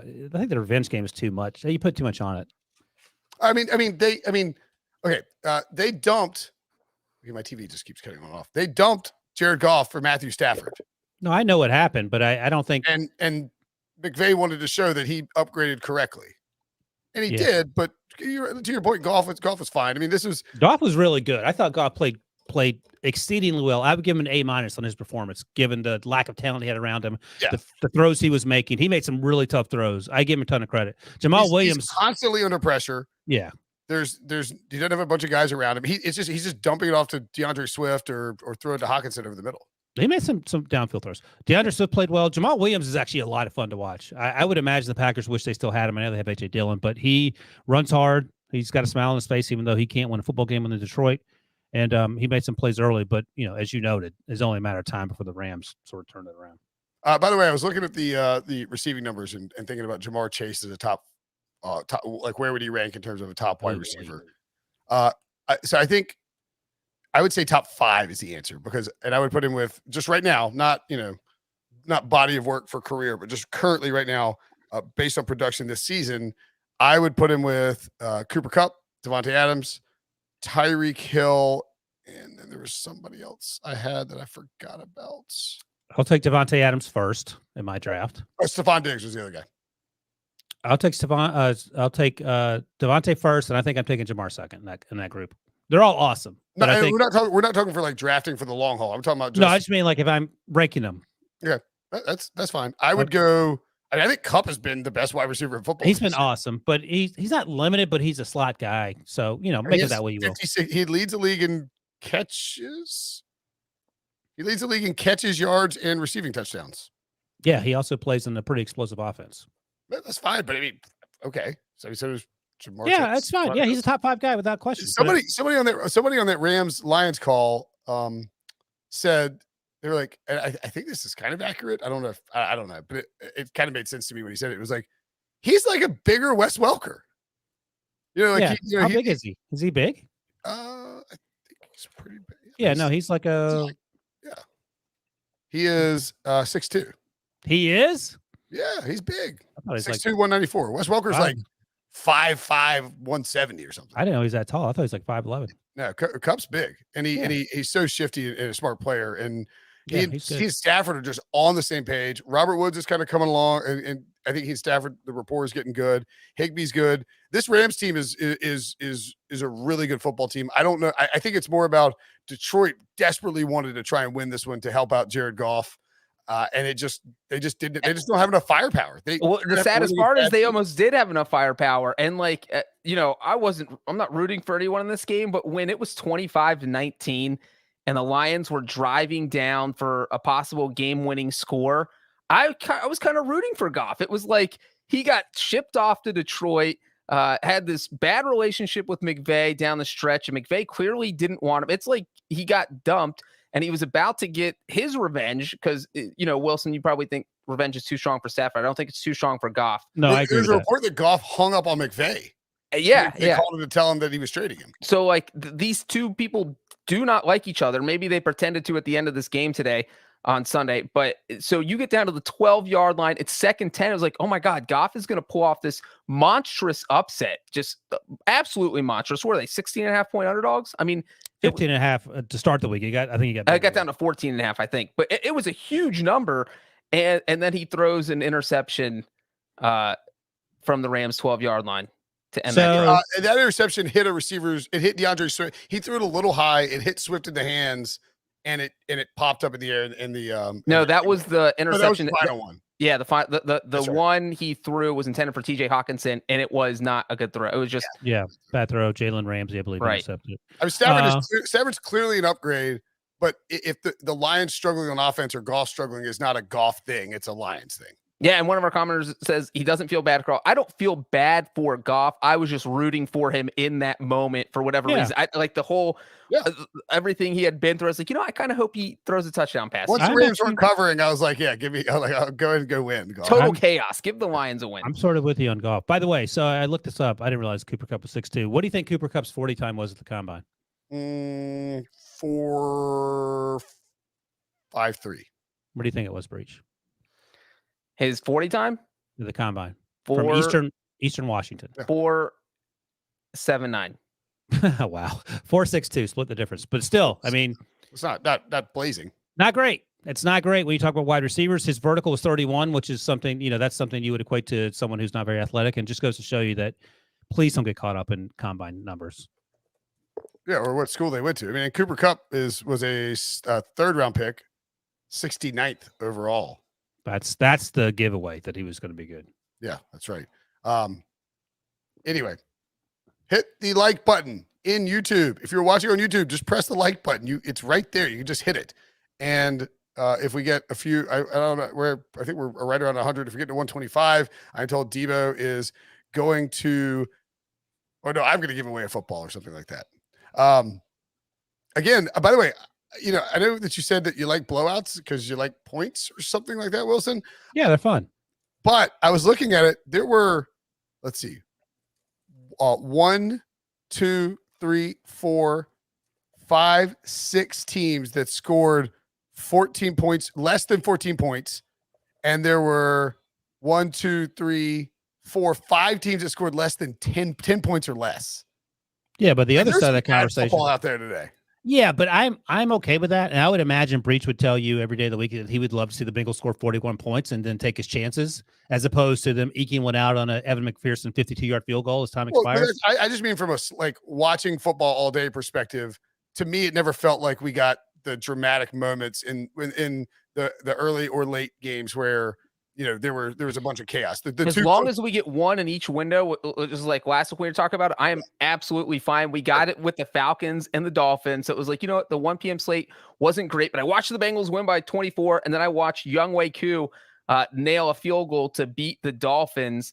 And then at the 4 p.m. games, it wasn't ideal, but we did get this Rams-Lions game that, although ended up being 2 scores, there was definitely some drama late in the fourth quarter. There's some drama in the Raiders-Eagles game as well. I felt like late. Scott Hansen was trying to force it. But one of the teams that only scored less than 10 points, the Chicago Bears. My God. Oh, man. I mean, I think Wilson said this in Slack or on Twitter, but it was irresponsible to have Justin Fields out there after a certain point in time. I didn't say it in other place, but I was thinking it every time he dropped back. The amount of hits that poor kid took. And I don't know how good he is. He could be the best player on the planet. I have no idea because the offensive line stinks. I don't know what's going on. Let me pull this tweet up, which is incredibly embarrassing if you are an NFL coach, college coach, high school coach. So I thought it was going to be me. No, Adam Hodge, who is the Bears insider for NBC. Oh, this is bad. This is a bad one. Chicago tweeted this out on Sunday afternoon after the game. On Fields' first interception, he quick snapped the ball because they told him in the headset that the Bucs had 12 players on the field. He thought it was a free play. Breech, that's the second week in a row that's happened. What are you doing? Who's upstairs making prank phone calls into Justin Fields' headset, telling him to snap the ball, and he ends up getting creamed or throwing an interception? He had some bad picks, but again, I don't know what to make of it because they have 1.5 blockers. He got absolutely destroyed play after play. He keeps getting up, and I'm almost at the Rocky point where just like throwing the towel, stay down. It doesn't make sense to get up. He got hit late in that game, and he was laying on the turf like someone had put a chalk outline around him after he'd been murdered. Like he wasn't moving. His arm was all crazy above his head. I was like, okay, I'm fine with you staying there. Hopefully you're okay. Someone get a stretcher, get him off the field, and leave him there. But they kept rolling him out there. In a weird way, like Matt Nagy and Ryan Pace are right. It's like Justin Fields did not need to play. I was going to say he's going to get the practice Monday, and he's going to give the talking helmet with the speaker in it to Andy Dalton. And be like, all right, man, that's all you. I'm not playing behind this offensive line. Oh, the Bears are one of the and by the way, we talked about this at the draft, and we made the point that Dave Gettleman, who generally does not take a savvy approach to trading during the draft days, getting the Bears first round pick, when you looked at the Bears roster, knowing that we're going to go with Andy Dalton, Nick Foles, and Justin Fields, who nobody was confident would be great in year one, and quarterbacks are a crapshoot to a large degree, especially early. It is looking like that could end up being a pretty choice draft pick. The Bears are 3-4. I don't know how they're 3-4. They look like a 1-5 team. Andy Dalton is what Breech will tell you. By the way, I was thinking about this as this season's progressed. Andy Dalton with these rookie quarterbacks who, for the most part, have struggled, except for the one guy who won't mention because he's on the bingo card. If you are going to draft a quarterback in the first round, you have to make sure you have an offensive line in place. If you need to cut your 4 or 5 best players, if they're wide receivers or not edge rushers or cornerbacks, don't cut the wide receivers. But go on. Do you know what's crazy about the Bears? Is that 2 of their 3 wins are against the top 2 teams in the AFC right now. Who they beat? The Bengals and the Raiders. Oh God. And it always comes back to the Bengals. Saying. But I'm here's the thing. If you have an offensive line and no wide receivers, what would you rather have? An offensive line, no wide receivers, or no offensive line and wide receivers? I think the point you're trying to make is that you can't do what the Bears did or what the Jets did with Sam Darnold. You need to do what the Bills did with Josh Allen. There you go. Like Josh Allen, if you took Josh Allen coming out of Wyoming and you put him on this Bears team, or you put him on that Jets team that took Sam Darnold, he would not be Josh Allen right now. And they didn't get Stephon Diggs till last year. They didn't have wide receivers. But they have a plan in place. The Bears don't have a plan. That's the other thing. Yes. And their plan is to throw Justin Fields out there and let him get killed. All right. So anyway. Oh, the kiss of death. Look at that. I can't believe I got tricked into liking Justin Fields, by the way. I didn't like, oh, that's cool. Breech follow. Yeah, that thing blew up and Breech was actually thinking about deleting it, but it actually. How many does it get a lot of? 200? Hot takes exposed. Is that Hot a website? Takes exposed. Maybe it'll blow back in my face and backfire. Who knows? But if you're not watching on YouTube, this is just where I point out that the 4th QB taken in the NFL draft each year usually ends up being a bust. And you pointed this out moments after Justin Fields was drafted. You've been sitting on that tweet for a while. It's from April. Yeah. And if you are watching on YouTube, which means you're watching us live, smash that like button. I see y'all in there. You had to hit the like button. Come on, press that thing. Okay. So enough. By the way, one thing on the team that scored 3 points. Trade Allen Robinson. Set this man free. Yeah, do something. Trade him for an offensive contender. Get some kind of pick. You're not going to be good. You're not using him. You need to recoup picks because you are going to have a bad record. Trade Allen Robinson. Free Allen Robinson. By the way, we haven't even talked about the Buccaneers, and Tom Brady threw a 600 touchdown pass. I saw you tweet about this. So Mike Evans caught the 600 touchdown pass. This is what we're going to talk about. Yeah. Oh, I thought you were going to go to another game. No. Go ahead. You set it up. What am I doing? So Mike Evans caught like 500 touchdown passes in this game. He caught the 600 from Tom Brady, threw it in the stands because he points out a Buccaneers fan to give the ball to, and that's his thing. And it turns out he didn't realize that was a 600 touchdown pass. So he comes to the bench and he's got this look on his face. Oh my God. They sent a Buck staffer over to talk to the gentleman in the front row who it sounds like didn't want to give up the football, and understandably so. Personally, I was thinking like, it's just a football. I don't care if you swap one out for me, sign it or whatever. I'll give it to my kid. I'm fine with that. But he was, sort of making a point. He got a football in exchange, and the promise that something else would be in the works. And what something else? Greg Allman found out of the Athletic found out what it was. He got a signed. I think it's a signed football. Another sign. Let me make sure he has signed football. He got $1,000 gift card to the Bucks shop. Yeesh, come on now. Like, what are we doing here? There it is. And the important thing to note is, all right, so this ball, which is to a replacement game ball, the Bucs gave fan Byron Kennedy $1,000 gift card to their team store for returning the ball from Tom Brady's 600th career touchdown pass. Now, worth noting, Darren Ravel spoke to someone who runs a sports memorabilia auction shop, and this guy said that ball would be worth, at bare minimum, $500,000 in an auction. Yeah, I don't know if that maybe. But here's the other thing. And Neil Coulon tweeted about this. He covers, I think he's Steelers Wires where he works. The ball belongs to the NFL until it leaves the stadium. So they could have just taken it from him. Breech, what do you got? Now, timeout. This is where, let's just lowball. Say the ball's only worth $100,000. This guy, and Tom Brady did say in his post-game press conference, that he's going to give the guy something nice. So we don't know. They'll crank this up because if they don't, people will make a stink about it. Well, I'm just going to say if somebody accidentally gives me that 600th touchdown ball, I'm not staying for the rest of the game, especially when it's a blowout like this. I am bolting out of row one, What was Cooper Kupp's 40-yard dash? 4.62. I am getting from the front row of the stadium to the gate in 4.62 seconds. I am absolutely gone. I'm selling the ball for $100,000 eBay, and I'm doing this podcast from a Caribbean island. I don't know what the authentication rules are. I mean, they would see you in the stands, but I don't know what else has to happen. Number one. Number two, my first thought was, yeah, I'll let Tom Brady have his ball. And I think he came over. I don't know if he spoke to this kid's son or not, but the kid that was a different. That was a kid who had brain cancer. Oh, that kid was crying. He had He had a sign that said, "Tom Brady helped me beat brain cancer." And great. There you go. It was awesome. But so the guy and this is Ken Golden on the screen in YouTube. His point was, this is the only ball. One of a kind memorabilia, because no one else has ever thrown for 600 touchdowns. Correct. It's Tom Brady, which juices up the numbers like crazy. And like this ball would sell for a ton. People would want this ball. So let me ask you guys this. By the way, the fan in question is a kind of a high-ranking doctor, I think, or like a head of surgery or something like that. Like I think he's not like, a homeless guy.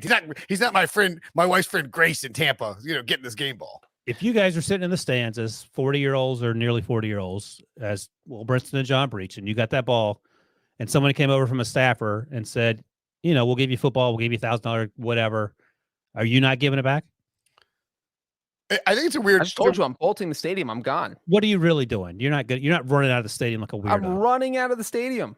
The thing Brinson, what are you doing? Okay, so this guy. Do you think the guy knew it was Brady's 600th touchdown ball? I bet he didn't until they started making a big hoo-ha. I'm asking you what you would do. They made a big deal out of it in the stadium, right? So what would you do? It or whatever. So I think that I think there's two schools of thought here. One, our pal Adam Rank of NFL Media, we were tweeting about this. People were like, it's like if you sold somebody a car and you found out the car was worth $500,000, would you just turn around and give the car back? It's like that's a financial transaction. What are you talking about? This is not the same thing. Or somebody was like, if you gave Mike Evans gave Roger Goodell's car keys to a fan, it's like, what? Why would he have his car keys in his uniform? What are you talking about, you fools? So all those arguments are idiotic. I think there's a question of, do you, as a fan, like as a huge Buccaneers fan, like Tom Brady brought you the Super Bowl last year, do you sort of feel like the best? Because to me, the karmic move is to say, yeah, I get it. Here you go. Because I think the staffer probably came over and said, hey, man, look, Mike Evans wasn't supposed to throw that ball in the stands. He didn't realize it. We got to figure out a way to get it back. If you give it back, I'll promise we'll hook you up. So what, right? What would Will Brinson do if you were in that situation? As Will Brinson? My honest answer is that I would say, well, what's the hookup? Let me know, and then we can talk. And Breech, you would literally run out of the stadium. I'd be gone. Because what's funny? I'm just kidding. Here's why I would not be gone. Because if you are a Buccaneers season ticket holder, no one, like, you are going to be you're gonna have the scarlet letter. You're gonna have the scarlet letter on you because everyone's gonna treat you like crap all the time. You'll forever be known and blacklisted and everything as the guy who stole Tom Brady's touchdown ball. And people, your face is going to be plastered because you've been on TV. You try to go to a bar, you try to go to this, or you're like Steve Bartman is. Right. You try to get your car repaired. They're going to like cut your gas lines on purpose. You bum. And like, why'd you steal Brady's football? Why don't you just give it back to him? And so unless you're planning on taking your $500,000 and moving out of Tampa, then I think you have to give it back. Like I saw the thing unfold, and my first thought was, yeah, I'll give the guy his ball back. Clearly, I could use $500,000. That wouldn't even cross my mind. I would talk to the staffer and be like, okay, sure, I'll take a football, whatever. If, whoever can come talk to my kid or whatever, that's what they want if they're Bucs fans. But I would never think I'm running out of the stadium. I would never think I'm not giving this ball back. But that's just me. Yeah. I don't, it would be weird to sprint out of the stadium. That would be the smart move. No, it'd be idiotic. You see Brace running down the street on the freeway with a football in his hand. But I think it would be difficult to, as Edgardo Soto in the YouTube chat notes, only right answer is to run out of the stadium. I don't know that in the moment while you're holding the ball, if you had asked me how much is that ball worth, I also would have drastically undershot the value that I didn't. You think someone's paying $500,000 for that ball? Yeah. Yes, I would have thought $100,000. $100,000. Oh, that was my $100,000 was what I was thinking. But so, like, if they were like, we need, and if I knew it was the 600 touchdown ball, and they came over and they were like, "Hey, look, we will hook you up. You just gotta trust me." I'd be like, "Well, can I get some in writing, please? Yeah, like tell me what you're. Call my lawyer. Let's see if we can hammer something out. Because I don't think the Bucs have hooked him up sufficiently. I would ask for season tickets for the next 5 years, maybe 10 things for the next 5 years, and a Tom Brady signed game ball. And Tom Brady shows up at my kid's birthday party. Yeah, once a year until he's 25. Breech just can't be like just give a straight answer. It's always end it with some silliness. But yeah, I think that's fair. How's that silly? I want Tom Brady at my kid's birthday party. Tom Brady's not coming to your kid's birthday party. I think asking for 5 years of season tickets and I saw somebody tweeted my thing and said this. It was so 5 years of season tickets, a Tom Brady signed game jersey or game ball from one of the touchdowns that game, sort of replace it. Because it's like getting a ball from Mike Evans at a Bucs game that's a cool moment. You'd like to get it replaced. And then if the Bucs go back to the Super Bowl, I'd like 2 tickets to the Super Bowl as well. And you can have this ball, sir. Or I'll take the 2 tickets to the Super Bowl, whether they go back or not. And the hilarious part here is that Mike Evans just gives away all his touchdown balls. He does not care. He caught 3 of them. He gave all 3 of them away. Like, this dude is like, I don't collect footballs. What am I going to do with them? Like, yeah, maybe the lesson there is don't be materialistic. No, the lesson is don't throw touchdown passes to Mike Evans. He's going to give away your footballs. I do think there's a really good chance that at some point in the next 2 weeks that we get a Tom Brady social media post involving this guy and Brady, at Brady's house, or out on a boat, or I don't know what it would be, but I think Tom will, because that dude did the right thing. He gave it back. 100% he did the right thing. But I'm not like you have all the memorabilia back there, but I mean, you're not married to the NC State helmet. I mean, Phil Rivers. I have a Super Bowl ball and I'm giving it away to some. Yeah, and I think Breech is actually, of the 3 of us, he's the most memorabilia materialistic of the bunch, and that's fine. A lot of people are into that, but I would never be like, yeah, no, get out of here. I need X, Y, and Z. It just wouldn't mean that much to me. But again, I don't go to football games and sit near the front and try to get footballs. So it all just depends. This is we're gonna have to change which ball gets given out. I kind of gave this away to somebody else. That's the actual, if you're watching on YouTube, that's the actual Tom Brady ball. Right. I stole it from Tom. I got Tom Brady's jersey from the other Super Bowl. Yeah, Super Bowl. Right. On to the Bucs are good. Tom, Debo, do you have those MVP odds up or available? If not, don't worry about it. I will look it up on Caesar. I'm still taking, as you look it up, I'm taking Kyler Murray over Tom Brady. If you're looking at Tom Brady MVP odds. If those 2 are even, I will absolutely take Tom Brady over Kyler Murray for the season. Yeah, that's true too. They're not even. Tom Brady 5-1 is, man. I mean, you don't want to bet on anything 5-1, but the Bucs are not going to stop throwing. They're using this Bruce Arians offense. They're chunking the ball down the field. I like Stafford. I mean, I love Kyler Murray's awesome. They're undefeated. He would win today if the season ended. I would guess that if somebody wins from the MVP. Somebody wins the MVP, it will be somebody from that group of Brady, Allen, Prescott, and Stafford. If I was predicting for the future, Patrick Mahomes is 40-1 to win the MVP. Pass. Okay. Yeah, don't throw your money. You gonna sprinkle some on that? I mean, I'm clearly going to bet something on that. Good Classic Brinson. If I were you, I would bet $10,000 on it. I think it's going to pay out. If he wins, you won't see me ever again. So. I will give you $10,000. If he loses, you might not see me either. I don't think so. I think who's a better bet at 40-1, Joe Burrow or Patrick Mahomes? Joe Burrow. Wow. By a mile. By a half a mile. I think that Kyler Murray is a much better bet than Matthew Stafford. I don't think Matthew Stafford's going to come close to winning the MVP. I would disagree with that. Stafford's playing really well. I know you love him. And what do you have against Stafford? I don't have anything. He's no Jared Goff, but I don't have anything against him. Well, yeah, I mean, I would think that if Stafford plays the way he's played for the full course of the season, he'll come in third. I mean, he's probably he's right there with Kyler right now. Higher completion percentage. He is 100 passing yards behind him. 1.5 more pass yards per attempt. 19 touchdowns for Stafford. 21 for Kyler. 4 picks to 3 picks. It's really close. I would say that for Stafford versus Kyler, it ultimately comes down to who wins that division. That's Breech's rule. Well, I mean, if yeah. Okay. Tom asked, by the way, just really quickly on the chatter, why is Rodgers overlooked? Voter fatigue. One, yes, voter fatigue is a real thing.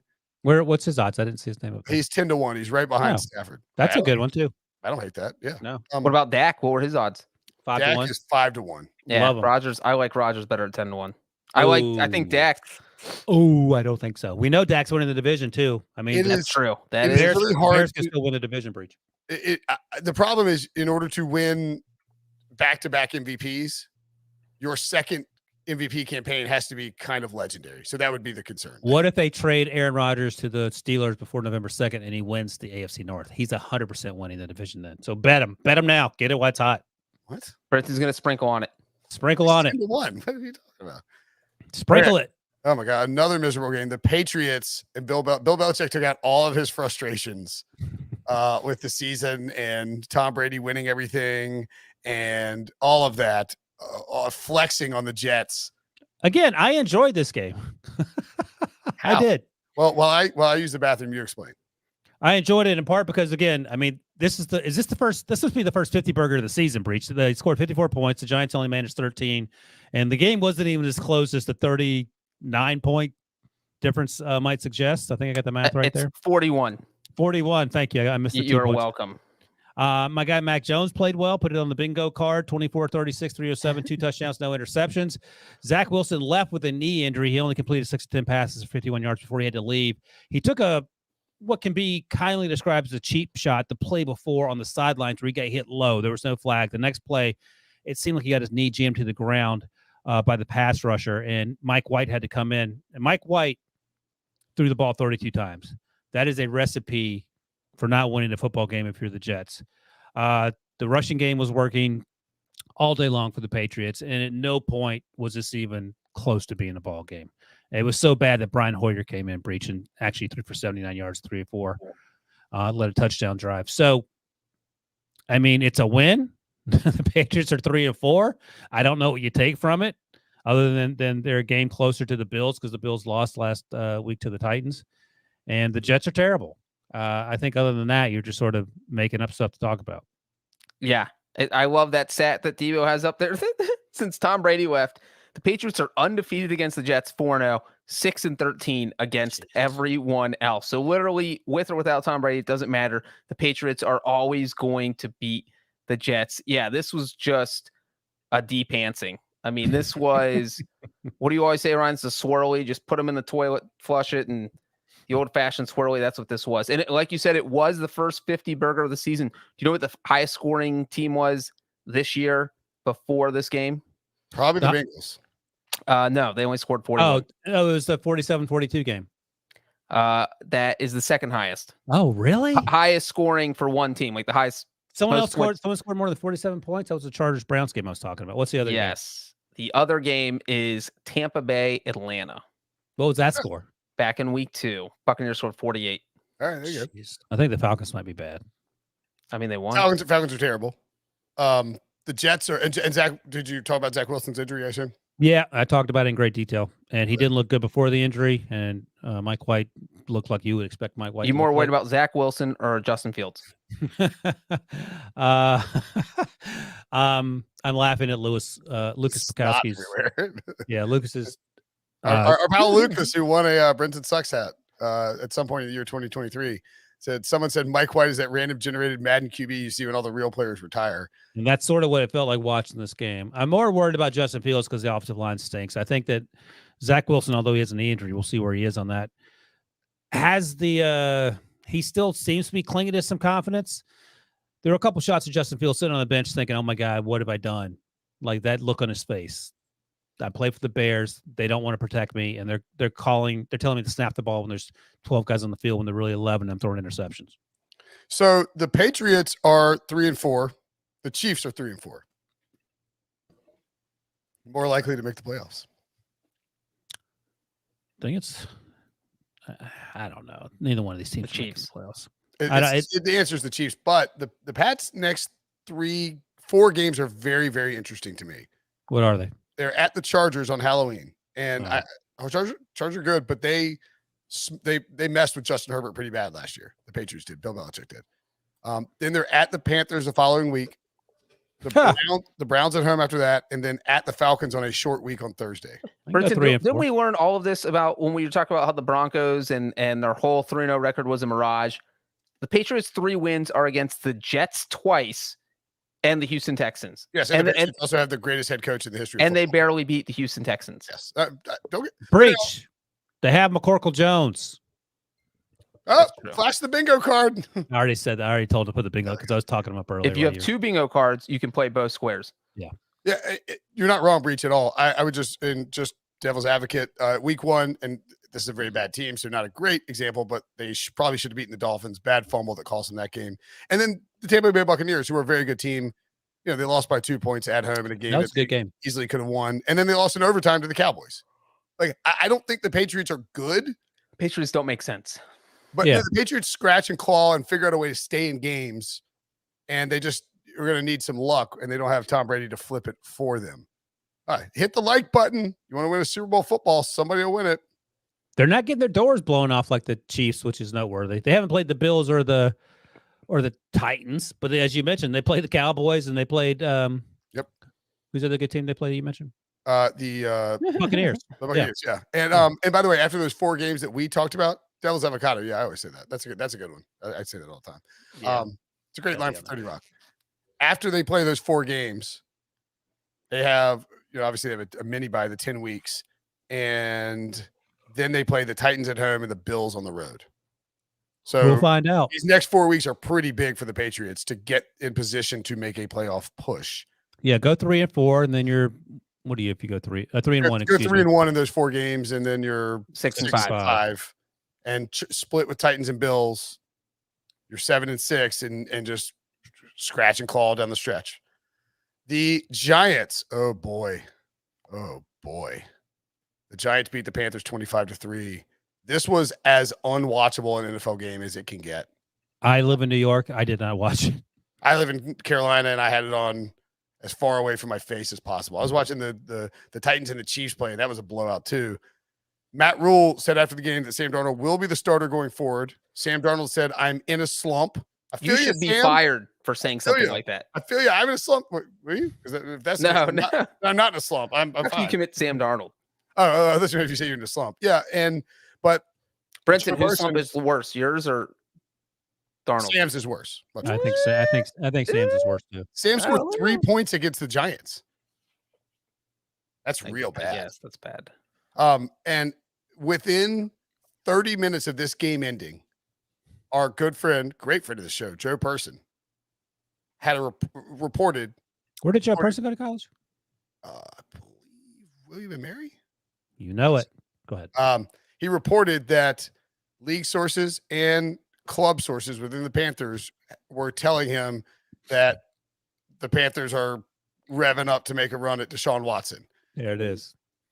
And this is, and like, I'm not source guessing on Joe. Joe knows the Panthers in and out, and he will have the information on this. But I'm telling you from what I know, dating back to the offseason, and what I've said a billion times with this podcast, David Tepper is not patient. And when he sees something he wants to get it. He tried to get in on Matthew Stafford. He tried to get in on Carson Wentz. He tried to get in on Russell Wilson and Aaron Rodgers. 2 of those guys got traded. Stafford would not entertain the idea of going to Carolina, as Chris Mortensen reported. We talked about previously. They were in on Watson big, and then the sexual assault civil lawsuits broke. I think there's a chance that David Tepper will be willing to take the PR hit if he can go get Deshaun Watson now, because I think he may be worried he won't be able to get him in the offseason if this stuff is cleared up. Is that insane to think that? No, you're not wrong that David Tepper is not one to suffer losing.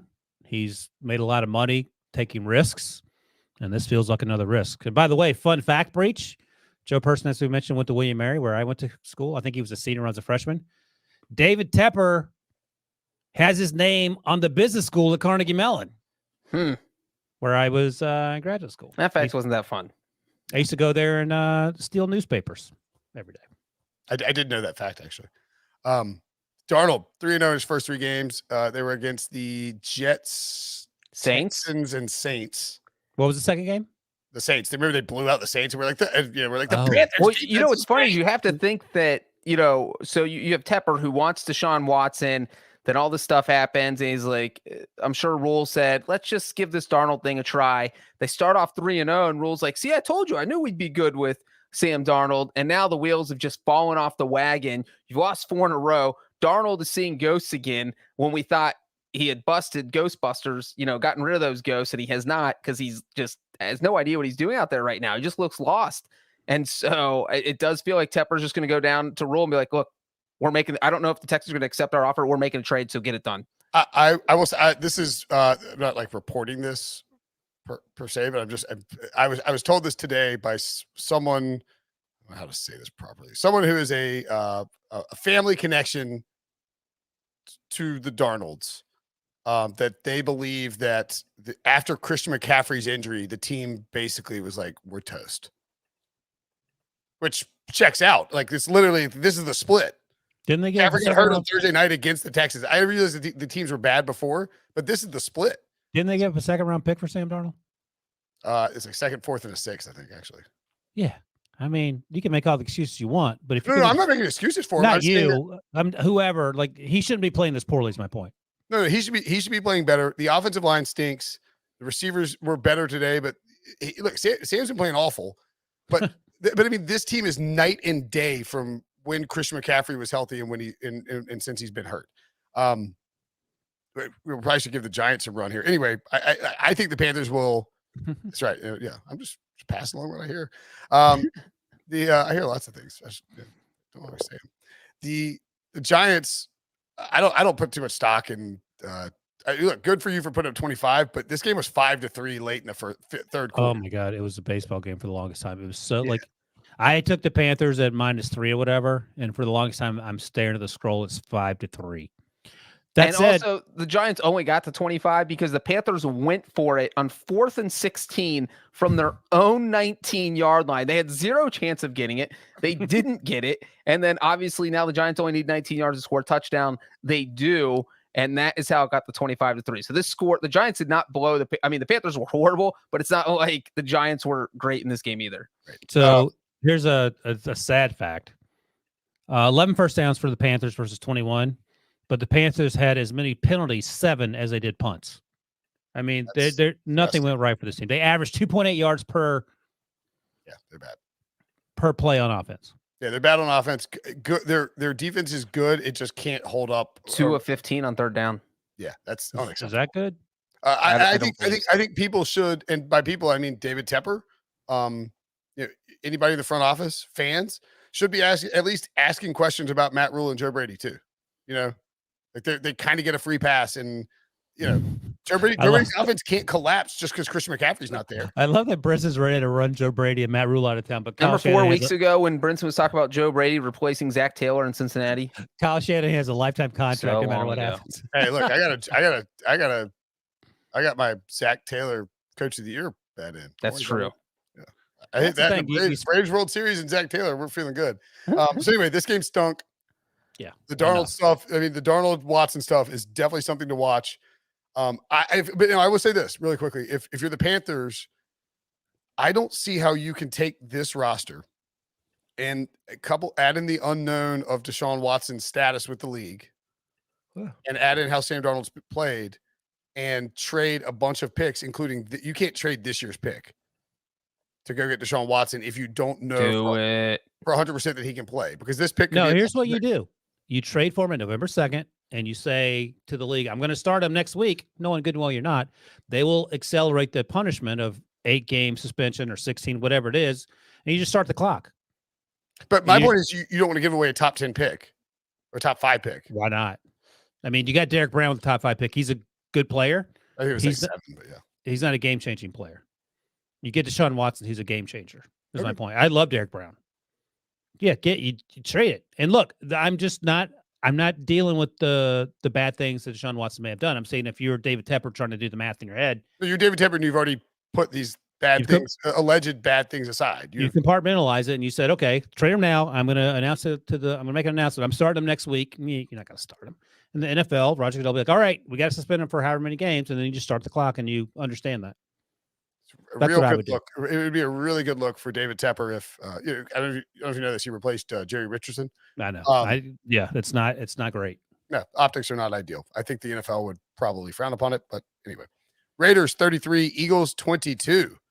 Do you guys? So in your house you have these things in the corners. They have like tops that flip up, and you throw refuse. No, I call them hurt cans, because they're garbage time. It's all garbage. This guy is the king of garbage time, Debo. The Eagles can't do anything until they're down big late. What is the deal? No, and I thought this was finally going to be the week that they quit on Nick Sirianni, and then once again, Ryan said it was closer than the score indicated, or something along those lines. I think this was probably the most out of reach game. The Eagles got thoroughly handled. After a great opening drive, it seems like Sirianni can put together an opening play sequence, scripted series, and then after that, it goes downhill. And I really, really cannot tell with Jalen Hurts. Today, he made a little bit better intermediate throws down the right sideline, but I just can't evaluate his development with this incompetent coaching staff. And it's the offense, but it's also the defensive coordinator too, the DC. So we could talk briefly about the Eagles, but I don't even want to take too much time on them because I feel like the storyline here is the Raiders. So the reason that I said it was closer than it looks is because I was worried about the spread. And as you know, Brinson, the Eagles show up with 10 minutes left in the fourth quarter and just start winging the ball. Like last week they covered. Was the Buccaneers game they covered? Oh, yeah. Yeah. They were completely outclassed in that game. And Jalen Hurts is extremely frustrating for me because he doesn't do a whole bunch early. And as Debo noted, a lot of that can be blamed on the coaching staff and the game plan. Fair enough. But it's just frustrating that the same things happen over and over again. It's not just Jalen Hurts. It happens with a lot of young players. I get it. But on the other side, Derek Carr completed 91% of his passes. He was 31 of 34. He had the worst interception. We say every interception is the worst. He had a really bad interception early in the game. But he played extremely well. Did it without Darren Waller. And Foster Moreau, did his little impression of Darren Waller. Played really well. 6 catches for 60 yards. Had a fantastic touchdown. And I'll just say this, Debo. The reason I thought it was close is because that insane touchdown that Jalen Reagor had late in the game where he somehow bounced off 3 guys and ran into the end zone. It's like, okay, here we go. Get another backdoor cover from Jalen Hurts and the Eagles. It didn't happen this time.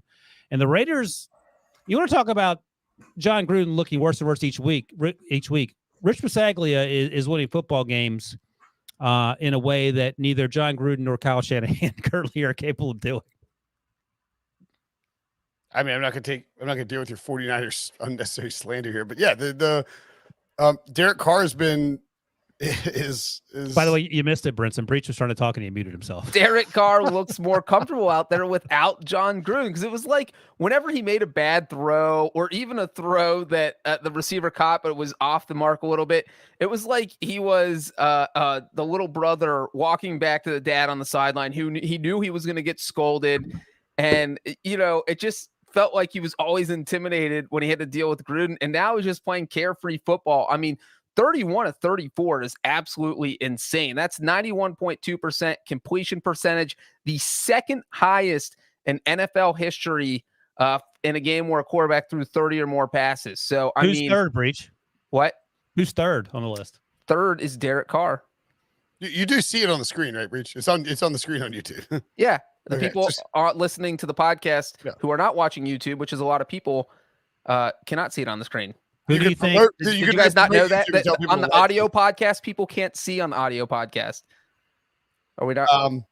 Derek Carr did not miss. I can't believe this. He threw 7 passes, 10 yards or more beyond the line of scrimmage and completed all 7 of them, including 1 for a touchdown. This is a different quarterback than the guy the check down Charlie we've seen in the past. He's playing really well. He's comfortable. He's confident. I don't know if it's a Gruden thing or what the deal is. He's letting his hair grow out, which I don't know if you noticed. It looks like a fuzzy cue ball. Yeah. He threw passes to 9 different receivers too. Usually Waller's in there. He gets 15 targets, and now those 15 targets have to go somewhere else. and they went everywhere. I mean, if you're the Eagles, you had no idea who to cover because Carr was just spreading it out. Debo, are you more frustrated with the Eagles offense or the Eagles defense? Very good question. The offense, because I know that the defense has a couple building blocks, but some pieces that won't be there long term. I just wish we saw more out of the quarterback and the play calling that gave some hope for the future. Now I'm not, I'm always optimistic, and I was definitely it's down. Bingo card. Oh my goodness, you did get it. Did you do that on purpose?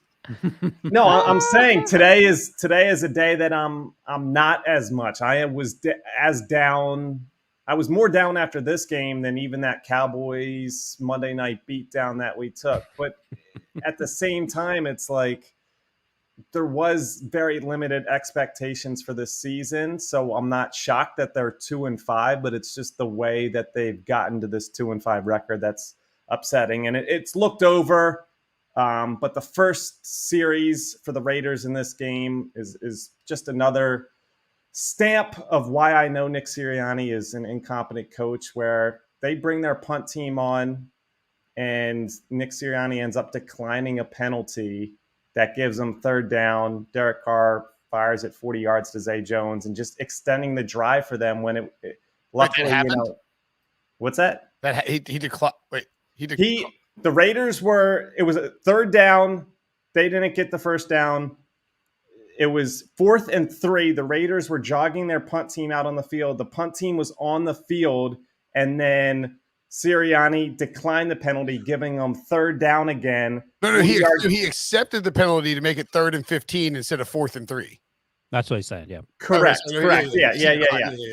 Yeah. So just they were going to punt the football. Like, that's really bad. And that was 2 plays later, I think, is when the ball was tipped and Sirianni got bailed out because of that Derek Carr interception. But just horrible decision-making. And that's kind of every game I go into, I'm like, maybe I'm going to give Sirianni a chance. And then 5 minutes in, he just blows it. And like I said, I can't see them getting rid of him after one season. I know Jay Glazer reported sometime during last week that the Eagles are going to stick with him. It doesn't seem like Jeffrey Lurie would make a move, but it's a disaster. Miles Sanders. Both Miles Sanders and Josh Jacobs got hurt in this game. Right. Did not return. The Eagles, the Raiders, are in better shape because John Gruden at the time and through the first 6 weeks of the season when he was coaching, erroneously signed Kenyon Drake to a big contract. Now Kenyon Drake is, if Josh Jacobs misses time, is going to be the bell cow for this Raiders team that is tied with the Bengals at the top of the AFC. Sanders hasn't been used properly. I guess it's Boston Scott and Kenneth Gainwell, but all told, Sanders and Scott total the same number of rushes as Jalen Hurts. I'm with Debo. I'm out on this Eagles team. Let me ask you this. I don't want to linger on the question too long, but let's assume that Tom Brady, Kyler Murray, Dak Prescott, and you want to get Matthew Stafford or Joe Burrow? I'm trying to round out a top 5 quarterback list. Stafford's fine. And I'm wondering where Derek Carr, or a top 10 quarterback list, and I'm wondering where, in the context of this season, Derek Carr fits in, because I think he's you would take Aaron Rodgers over Derek Carr or Josh Allen over Derek Carr. Yeah. But he's definitely a top 10 quarterback right now. He is, before today. You want me to throw out Kirk Cousins, who's also just sneakily playing really awesome this year? No, Kirk Cousins, you're right, Debo. Kirk Cousins is 7th in value per play coming into this week. They didn't play today, but Derek Carr was 10th coming into this week, and that's going to go up value per play. Head of Russ Wilson, who's injured. Head of Justin Herbert, Lamar Jackson. So certainly noteworthy. I think you would go Brady, because Mahomes is not on the list right now. He's just not playing very well. Brady, Kyler, and this is just, I'm listing guys not in particular order. Brady, Kyler, Burrow, Dak, Aaron, Josh Allen. Aaron, Allen, Stafford, and Derek Carr are kind of the guys that you would make a list of if you were building out a top 5 quarterback list. Did you say Dak? I said that. Yeah, Dak. Yep. I mean, I would take Justin Herbert over Dak Prescott over Derek Carr, but the advanced metrics according to our buddies. Football Who's the Outsiders. best quarterback in the AFC West right now? I'm taking Justin Herbert, but Derek Carr's playing great. The one who is playing the best is probably Derek Carr. But yes, I mean, obviously everyone's taking Mahomes, Herbert, and then Carr, if you're building out a team. But just in terms of right now, if you take a screenshot of who's playing the best in that division, it's probably Derek Carr, which is crazy. I'm taking Justin Herbert, but it's close. It's not. I mean, it's sure. I'm not going to argue with you. Packers 24, WFT 10. This game, yeah, I mean, if one were to nitpick about a spread that could have been covered several times. Oh God! I mean, watch several times. This is why you only bet money lines. They were in the red zone 15 times, and Taylor Heineke threw 15 interceptions. It felt like, and he also dove down at the one, idiotic instead of just walking into the end zone. He got down early, and his knee was down. He hadn't crossed the line. Well, explain the rule because it's idiotic. Well, he didn't want to take a hit either because he thought so. He was just kind of diving forward to get in so that he didn't take a hit. And so in 2018, the NFL passed a rule that if a quarterback dives forward, they're giving themselves up in the same way they are if they slid. So if you're going to slide or you're going to dive forward and you're a quarterback, it's the same thing. You are down where the process of it started. And so if Heineke was so he got in the end zone untouched. No one near him. If this is a running back in the exact same position, it's a touchdown and no one's even thinking twice about it. Heineke scores, does a Lambo leap, and all of a sudden the refs are like, oh, it's a scoring play. We're going to review it. And then the review takes a little bit longer than you would think.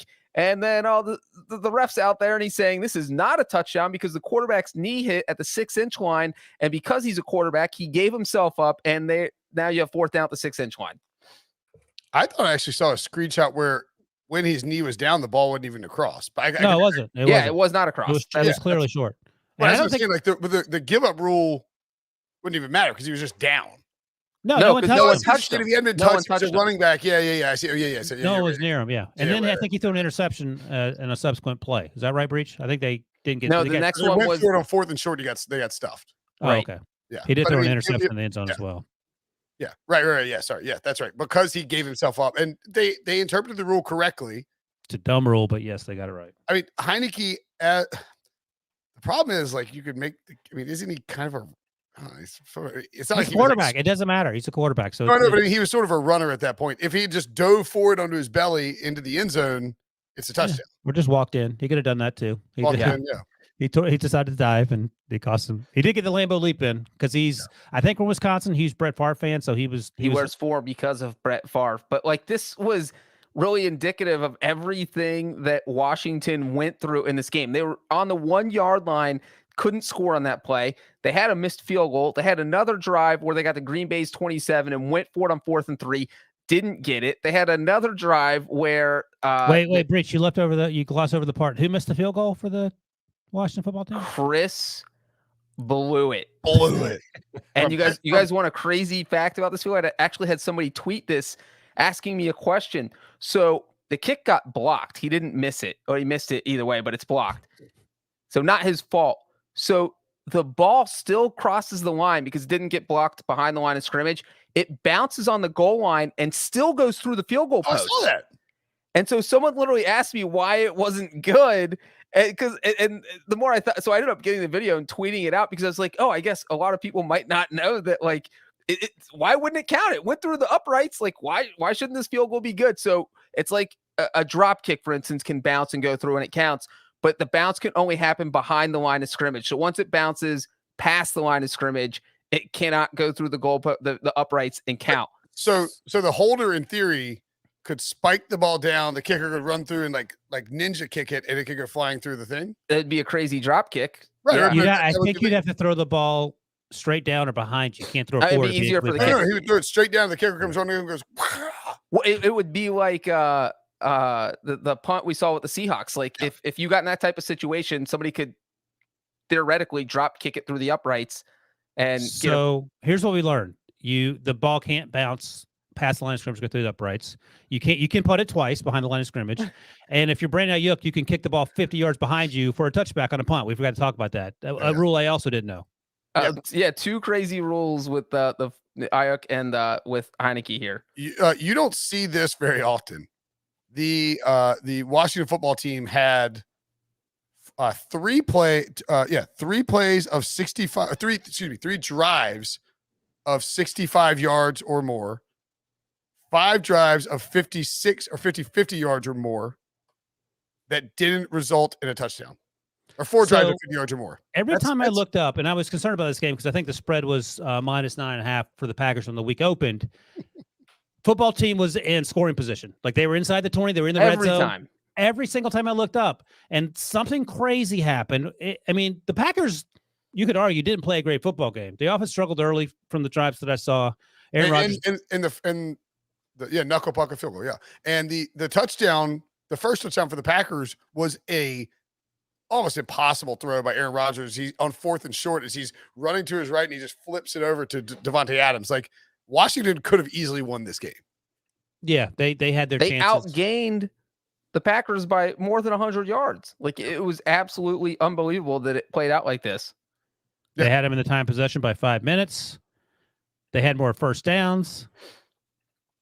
Yeah, exactly. They outplayed him. They ran 17 more plays on offense. This was the first game since 2010 where a team scored 10 or fewer points and did not punt. That's a fun. Think about that. So here's the takeaway: the Washington football team needs to get Ryan Fitzpatrick healthy now. They need to find a quarterback in the offseason. So, and Washington's defense isn't very good. And Green Bay, this is a look ahead spot with the Cardinals on Thursday for Green Bay. Speaking of the Cardinals, they were losing 5-0 to the Texans, a totally normal football score for much of the first quarter, and then turned it on and bludgeoned the Texans 31-5. I believe it was a scoregami score, but I could be incorrect. What does that mean? Never been scored before. Oh, I got you. Never happened before. Yeah, you don't follow scoregami? I think right. he made it 2 scoregamis this week. 2 prime numbers in the score. That's pretty interesting. Well, that's why it's hard to do. It's scoregami. How do you not know about scoregami? I'm surprised. I got other things going on. I'm trying to better myself. You're the math guy. You should know about scoregami. Kyler Murray actually took a ton of hits in this game. I was a little surprised he was out there as late as he was, and Cliff Kingsbury decided to not pull him. 20-28, 261, 3 touchdowns, and a pick. The 1,068th unique final score in NFL history, Wilson. Kyler was good. Hopkins didn't get the revenge that we thought he would, 7 for 53 and a touchdown. But again, again with the revenge. What? Again with the revenge. I mean, he hates the Texans and Jack Easterby. But I mean, once this game was 17-5 at half, it was over. Yeah, and so the Texans had the Cardinals had a long 47-yard touchdown to Zach Ertz in the third quarter. And then James Conner scored a touchdown in the fourth quarter, and that was it in the second half. There was just no scoring. The Cardinals defense took over, dominated, and they're just a good team. Now, the Texans stink. I don't know. The spread was 18.5. I took the Texans at the beginning of the week, and I think Breech said it closed at 20, maybe more than 20. It got steamed on Sunday, yeah.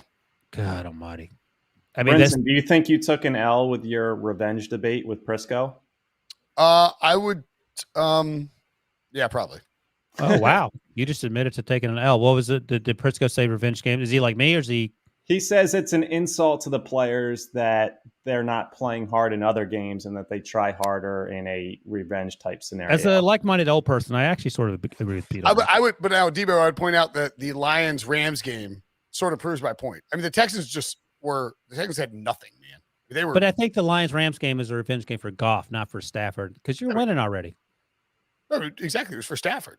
I mean, David Johnson, it's a revenge game for him on some level too, but I mean, who cares? He plays for the Texans. He can't do anything about it. They're terrible. Right. Like, I think DeAndre Hopkins is playing as hard on a week-to-week basis, but it's more they might want to target him or get him involved a little bit more because they know it might mean something to him. But I agree with Prisco in the sense of effort levels. I mean, yeah, I understand what they like, what he's saying. Like, I understand that they're not like, it's not like DeAndre Hopkins tries 98% of the time or tries 98% on a normal week. And he's like, oh, well, if we're playing the Texans, let's go 100. I'm looking for some quotes from Hopkins. I'm sure he said something, right? But it's such a beatdown. Maybe they were like, oh, whatever, this team stinks. He said scoregami. I just saw it. He said, there you go. Thanks. Okay, final game. How is this game so low? This is a good game. Falcons 30, Dolphins 28. Gotta end strong. Golly. I mean, Matt Ryan is the reason I lost this over. Or this it was -3, I believe. 2.5, but yeah. -2.5, exactly. That dumb fumbled the ball. I think it was 24-17, or maybe they hit the I love that Ryan gets upset about missing his picks against the spread now. This has never happened before. Last year, Ryan did not care. These conversations didn't happen. Now he's upset. Last year, Ryan would be like, what was the spread on this? And he's like, it was 2.5. I can't believe it. It got steamed on but like we need maybe add that to the bingo card. Matt Ryan's going in Wilson's burn book. Oh no. Actually, I'm definitely going to take the L Devo on that game because you know what? What?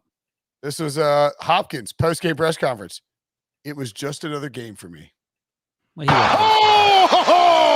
he probably feels bad for the guys over there that he likes getting I think it was like closer. It might have been a bigger deal. Getting curb stomped Good every thing week. Prisco doesn't know how to play a podcast, so he'll never hear this. Yeah, that's why we thrash him whenever we can because we know he'll never listen to this. The tough loss for the Dolphins because they I don't know if they could try. They should have got blown out. Yeah, But right. Maybe Matt Pitts, Ryan. Huge game for Kyle Pitts. Kyle Pitts went crazy. Matt Ryan actually played well except for that dumb fumble at the next to last drive. Tua made some boneheaded decisions early. Then he came back and made some nice throws for sure. And credit to him for that. But JLC reported before the game on both on the website and on NFL Today that players aren't really buying into what Brian Flores is selling. There's some concern that maybe things aren't clicking. I don't know if anything's going to happen. Stephen Ross is obviously concerned. Deshaun Watson is clearly in the mix in Miami as well. And we mentioned, what was the other team we mentioned as a possible landing spot for? Eagles, Panthers, and Dolphins. So the only place Deshaun Watson, who has a no-trade clause, said he will go is Miami. So that's something else you got to iron out if he's going to be moving on from Houston, which looks like it's going to happen. And I think that Jay Glazer or somebody said at one point that the other teams who have called about Deshaun Watson have been told, you have to beat Miami's offer. How do you talk? I wonder how you talk to Deshaun. I guess Deshaun, the thing you say to Deshaun is, look, do you want to play or not? I suppose that gets him going. The crazy thing for Miami is that they already gave their what is going to be a pretty high pick because they're 1-6. They have another first rounder left if they want to give that one away. Well, the good news is it's the crazy thing about this game is that Tua actually played well about 90% of the time. You look at his numbers: 32 of 40, 291 yards, 4 touchdown passes. And then he comes back and just throws 2 absolutely boneheaded interceptions. And the worst one was the Falcons were winning 20-14. Matt Ryan throws a dumb interception that gives the Dolphins the ball at the Falcons' 32-yard line. This is in the 4th quarter. So you're the Dolphins. You're down by 6. You're in the Falcons' territory. At worst, you're already set up for a field goal. Like, all you have to do is just don't get sacked for 10 yards. Don't lose the ball. What does Tua do? He first play from scrimmage throws absolutely the worst interception that I think I saw all day, even worse than Jimmy Garoppolo's rain interceptions. I mean, there was no excuse for this. And the interception ended up getting returned all the way to the Dolphins' 14-yard line, set up a Falcons touchdown. Falcons went up 27-14, and that was the ball game. Well, it wasn't the ball game because Matt Ryan fumbled and cut the score. Yeah, Matt Ryan did try to give it back, but Matt Ryan's an established veteran who is, does 28-27, and your guy, who's first name? Youngway. I thought it was Youngway. Youngway Koo made the game winner, which wasn't it was 36 yards. It wasn't a layup. He's been really good the last few years. So good for him. Huge win. Falcons. You talk about teams that are 3-3. The Falcons are 3-3. Yeah. Interesting. Who's better, Falcons or the Saints? Saints 3-2 played Monday night tonight. I think the Saints. Oh. What about the Falcons? If the Falcons or the Steelers played 100 times, who's winning? What's the? Not us. Hey-o. The Falcons coming up have the Panthers on Halloween. The following week, they're at the Saints. Then they're at the Cowboys. And then a short week at home against the Patriots. 28-3. What's that? Nothing. I said 28-3 because they're playing the Patriots. Oh, right. Breech is feeling himself. I'll tell you that. It was a Super Bowl joke, Brinson. You wouldn't get it. I would think that they 3-1 would obviously be massive for the Falcons there because then you're 6-4. I would think 2-2 is probably likely, or 2-2 would not be terrible. Yeah, they're not going to the playoffs. 2-2 keeps them in the playoff race. Yeah, they're at least in the mix, but they're probably not going. I don't know. The most You got to receiving sweep the Panthers and you got to sweep the Saints. Oh my gosh! That's Please stop it. They are not going to playoffs, Breech. Really easily sweep the Panthers. The Panthers Under no most receiving yards circumstances. by a tight end in his first 6 career games since the Why you merger. got to hate on the Falcons? It's a good week for Atlanta, Ryan. Yeah, My Kyle God. Pitts is feel awesome. good. Yeah, Kyle Kyle Pitts Pitts is a lot of fun. 471 receiving yards in his first 6 games, and as we mentioned, he had a huge game in this one. 8 targets, 7 catches, 163 yards. I would at least my eyebrows are raised on Calvin Ridley, who I think there was some concern that was like vaccine related, but now it's like maybe personal reasons related. Why he What didn't happened? go to London. Well, he had 10 targets, 4 catches, 26 yards, and a touchdown. He's just been very. And one of the catches that he had, he was ripped away from me. It was, I imagine it's called a fumble at that point, but he lost a ball also that seemed sort of like he wasn't completely there, but maybe if he has things going on, that makes sense. Yeah, just something to keep an eye on. The Dolphins are terrible. Falcons are much better, but 3-3, and they've got hope this year. So Does Brian Flores make it through the season? Yeah. I think so. All right, let's get to winners and Oh, losers. Debo. This is boy. like this winners and losers stuff. Like I thought we're done, and then Debo sneaks up the winners and losers on us. It's That's there every week, Ryan, in I Debo's know. defense. All right. All right. Breech, you can go first because I'm sure you got 15 minutes worth of winners to talk about. You know what? My winner is the city of Cincinnati. Yeah. Actually, I'm going to go first. My wiener. Go ahead, Breech.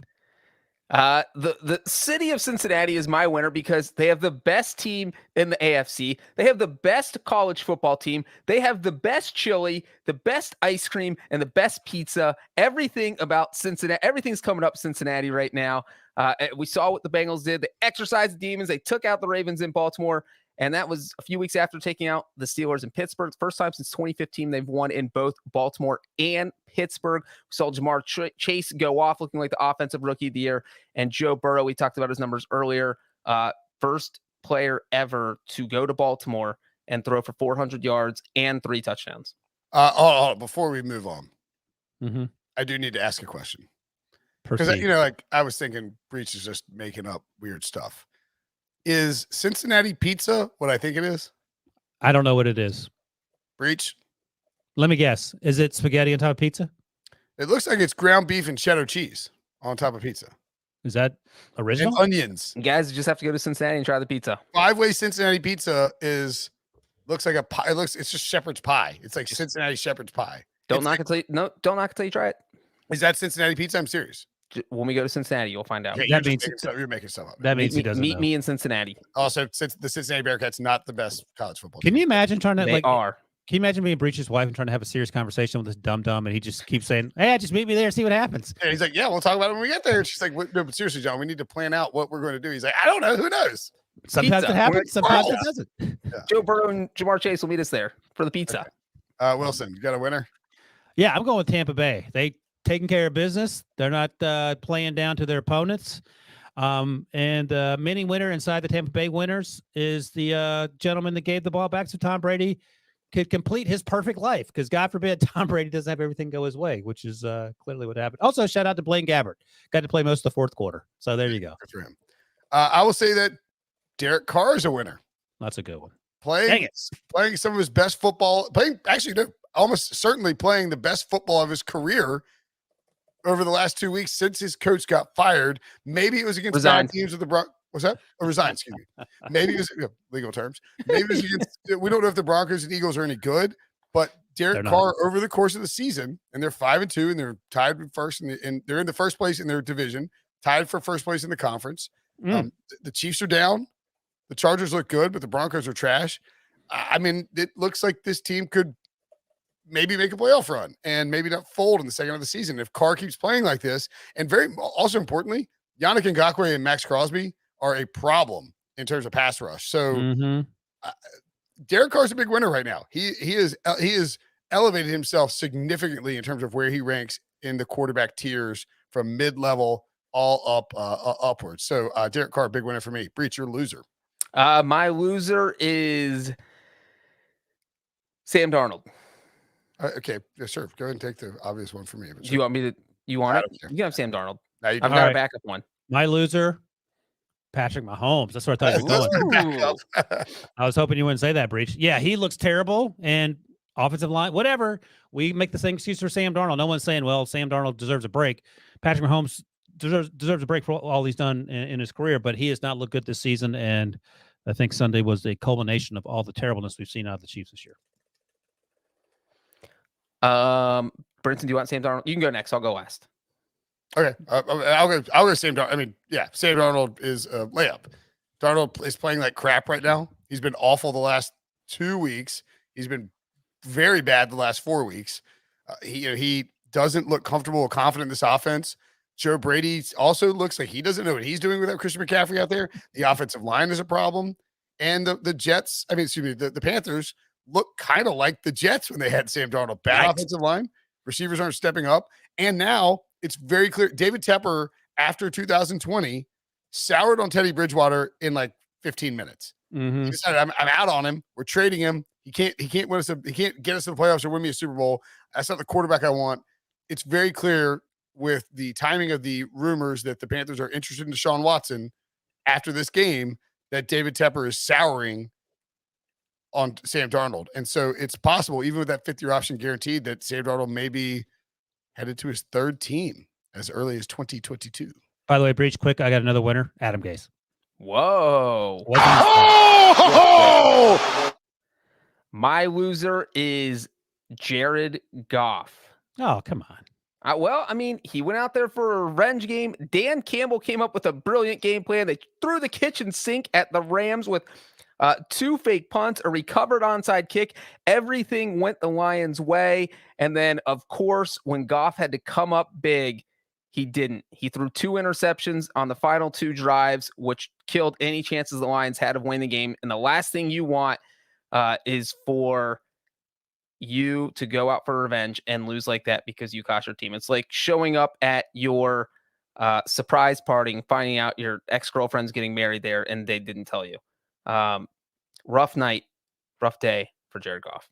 Indeed. All right, we'll wrap up the pod now. If you're watching on YouTube, we'll hang out and answer some questions if you guys want, and until Wilson gets mad and tells us we have to leave.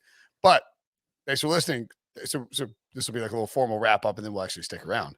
So drop questions in the chat if you have them, or insults that you want us to address, or whatever. Thanks for listening. Thanks for watching. Subscribe. Hit the like button. Hit the subscribe button. Rate, review, all that great stuff.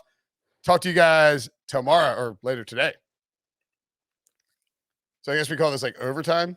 I know like the guys who do the deep dive pod actually put a little stamp up like on the graphic on their thing where it says overtime. Overtime. We can't expect that from oh, apparently have made it to a this is where the podcast is over, Wilson. So but we are still live and in overtime. Yeah, Breech caught me when I had to pee. He said it's a revenge game. It wasn't a revenge game, dum-dum. It was a revenge game for Jared Goff. Hey, if you're watching, by the way, if you're watching on this YouTube channel, hit the like button and then write football in the chat and you can be eligible. Yeah, I think we hit bingo for sure. And now the real fun begins. Yeah, ask any questions you have. Baby questions, beer questions, life questions, whatever you want. Yeah, right. Smash the like button, type football in the chat, and I will actually go and find the football. Thank you, Tom. There's a great question from Tom. When does Breech deliver the tattoo? Oh, design? That's funny because I've been gently kind enough not to throw everyone under the bus. I literally pointed this out in Slack. Debo can back me up. 2 weeks ago, Debo? Where Yep. I literally listened to the podcast. The design is supposed to be a collaboration by all 3 of us. I draw it, the design that we come up with. Then Brinson pays for it, and then it goes on your body. Yeah. No one disagrees with that. Yeah, the 3 of us need to come up with a design. It's not John Breech comes up with the design. And by the way, it's Ryan Wilson, Will Brinson, and John Breech come up with the design. I love that you just figured this out 2 weeks ago. Like you've been dragging your ass. I didn't argue for or against you. I just felt like I was like, well, how did I get thrown under the bus on this? So I just wanted to clarify it before I went and made a point. Now I'm making the point. There you go, Tom. Well, there's your answer, Tom. Breech isn't going to do it. So that's the answer is Wilson lost a bet with himself and now refuses to partake in the first step of getting that bet over with. Oh my gosh. I just don't understand. There you go, Wilson. That is in fact the truth. And Debo's supporting you being a terrible person. I'm having the producer on my side. He did enough legwork to go back and listen to the episode and find where we talked about it. But Here, let me ask you this, not Debo. just to do the drawing.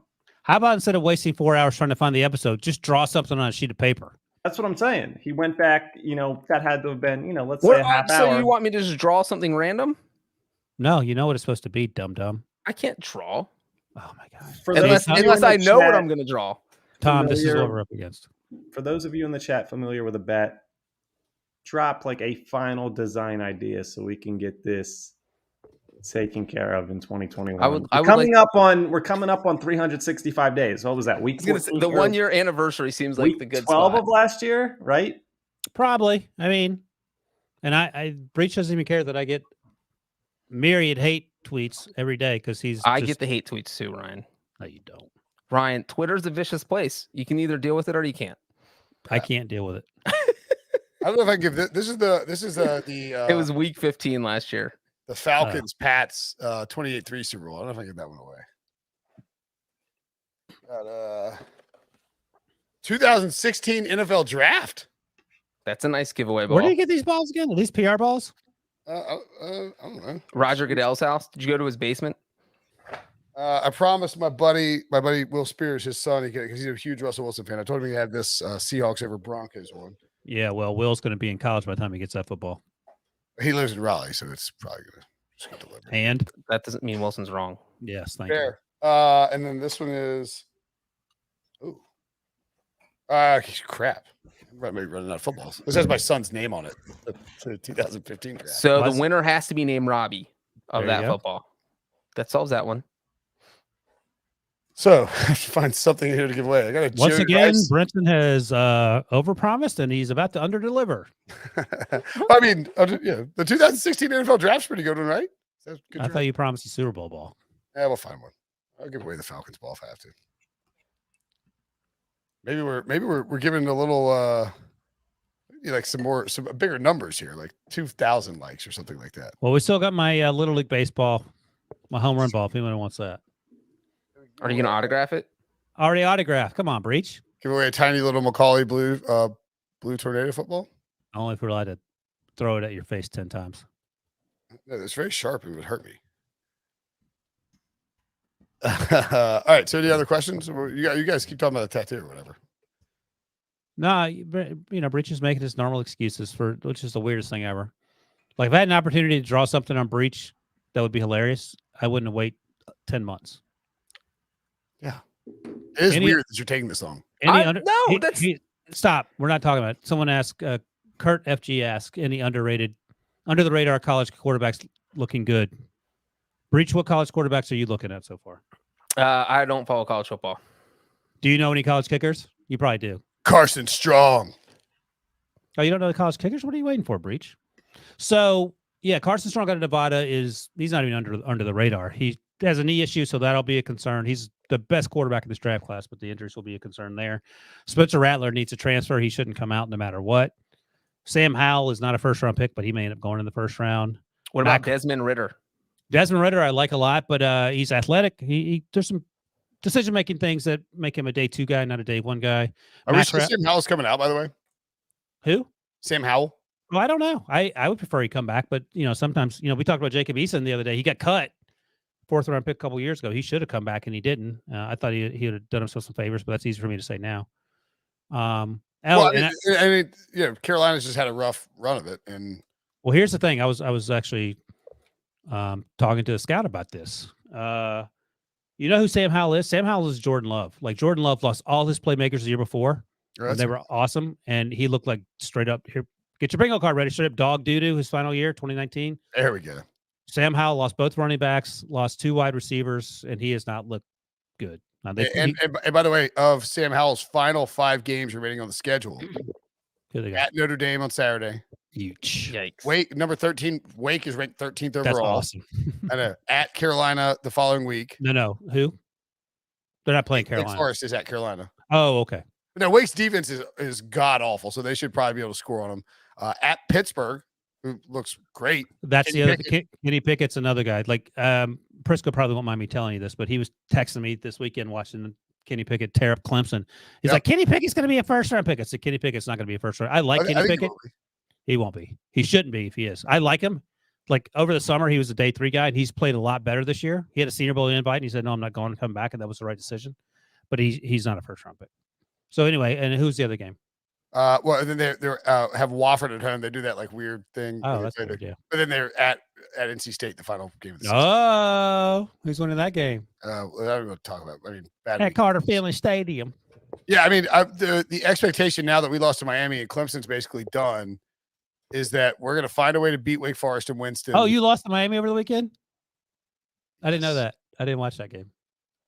Yes. Yikes, that hurts. Sort of ruined my weekend, but thanks for piling on. And the Braves Braves go to the World Series and you're still grumpy. Yeah, Braves saved the weekend. Anyway, yeah, I mean, Kenny Pickett, I don't know if he qualifies at this point, but as what? Oh, no. Yeah, like it's a pretty underwhelming class, I think. Definitely. Over the summer, Kenny Pickett wasn't in the conversation. He's made himself a lot of money, as they say. Prisco has fallen in love with him. I'm not there yet. Ooh, I like Kenny Pickett. I think he's good. I like him too. I like him, but I mean, I'm being realistic. He shouldn't be he's not a guy that's going to come in. If he were in any of these teams, he'd be playing as bad or worse than these rookie quarterbacks. So I don't know if that's good or bad. More questions? Breech doesn't even know any kickers. He's so wrapped up in the Bengals, he's not paying attention to even special teams. Breech is my team doesn't need a kicker, so I don't need to follow them. Breech is going to be unbearable, by the way, until just until week 12, and then when the wheels fall off, he'll be back to normal. It's a little weird that after they lose their playoff tattoo thing, it's like a little strange that Breech is like the Bengals are becoming good. Oh, see, Breech, you may be careful about this tattoo thing because there's definitely like a karma situation where you missed the playoffs because Mason Rudolph beat you late in the season because you haven't fulfilled your tattoo thing is all 3 of us are supposed to work together, come up with the design, and I draw it. We have not come up with a design. So Brinson, we've done that 12 times. Brinson, listen to this. Then where is it? Listen, so while you walked off for a second, Breech, instead of taking that 4 hours to find the actual podcast where he looked it up 2 weeks ago, he could have taken that time to draw some doodles. Instead, he's trying to search out the blame game. Dude, if that was the original agreement and it's on the podcast and the roles were reversed, I would have drawn 50 different sketches for you to sort through for Brinson to pay for. And or just write down on a sheet of paper, Job, like Ryan Finley's face on a dime or something. You can write that down too. I'm the drawer here. I draw. Okay. I'm telling you. Wait. Listen to what he just said. He said, you write it down and then he'll draw it. He can't draw it the first time. Draw Ryan Finley's face on a dime. Wilson, you want Ryan Finley's face on a dime? Yes. All right, now what? Or just draw it, crop it out, crop his little like smiling, goofy face out, and put it on a dime. Like and then we showed to that tattoo artist. She's like, "Well, this is insane. Do you want me to do this?" You're like, if Wilson's like, "Yeah." And she's like, "Well, we can do it. Done." Yeah. And I'll get it put on whatever my wife thinks a mountain or a compass or whatever the hell is supposed to be on there. Yeah, and then Wilson will adjust as necessary. I mean, you know what? I'll do it. Thank you, Tom. No. You're right. I'm not doing it. No, because then you got to pay for it. He's doing it. I'll tell you what. I'll do the drawing and the art, but you got to pay for it, Breech. There you go. How about that? Will that prompt you to get off your keister? I sound like I'm 70 years old. And head to Easter. I found the picture of Finley that I'm going to put on the dime. Great. You're doing this in 30 seconds. I know. He's wasting. Our buddy, our good friend Jordan Ajani asked, which CBS Sports employee would win Squid Games? Oh, like among the 4 of us, Debo would kill us all. Breech would try to bring out his serial killer weapons, but Debo. Have you watched it? Debo says like Hunger Games, so I know what Hunger Games. No. You have to play child games. What? You have to play like red light, green light, and oh my god, why is Squid Games a thing? It's so you play red light, green light, and if you lose that, you die. Ryan, do you like squids and do you like games? See, this is the thing that imagine being his wife having to have this stupid ass conversation. There's no actual squids in it. I mean, let's extend it beyond the 4 of us though. Jordan, well, I need to know the rules first. So you play kids games to determine who lives and who dies. I would dominate kids without games, spoilers. No spoilers.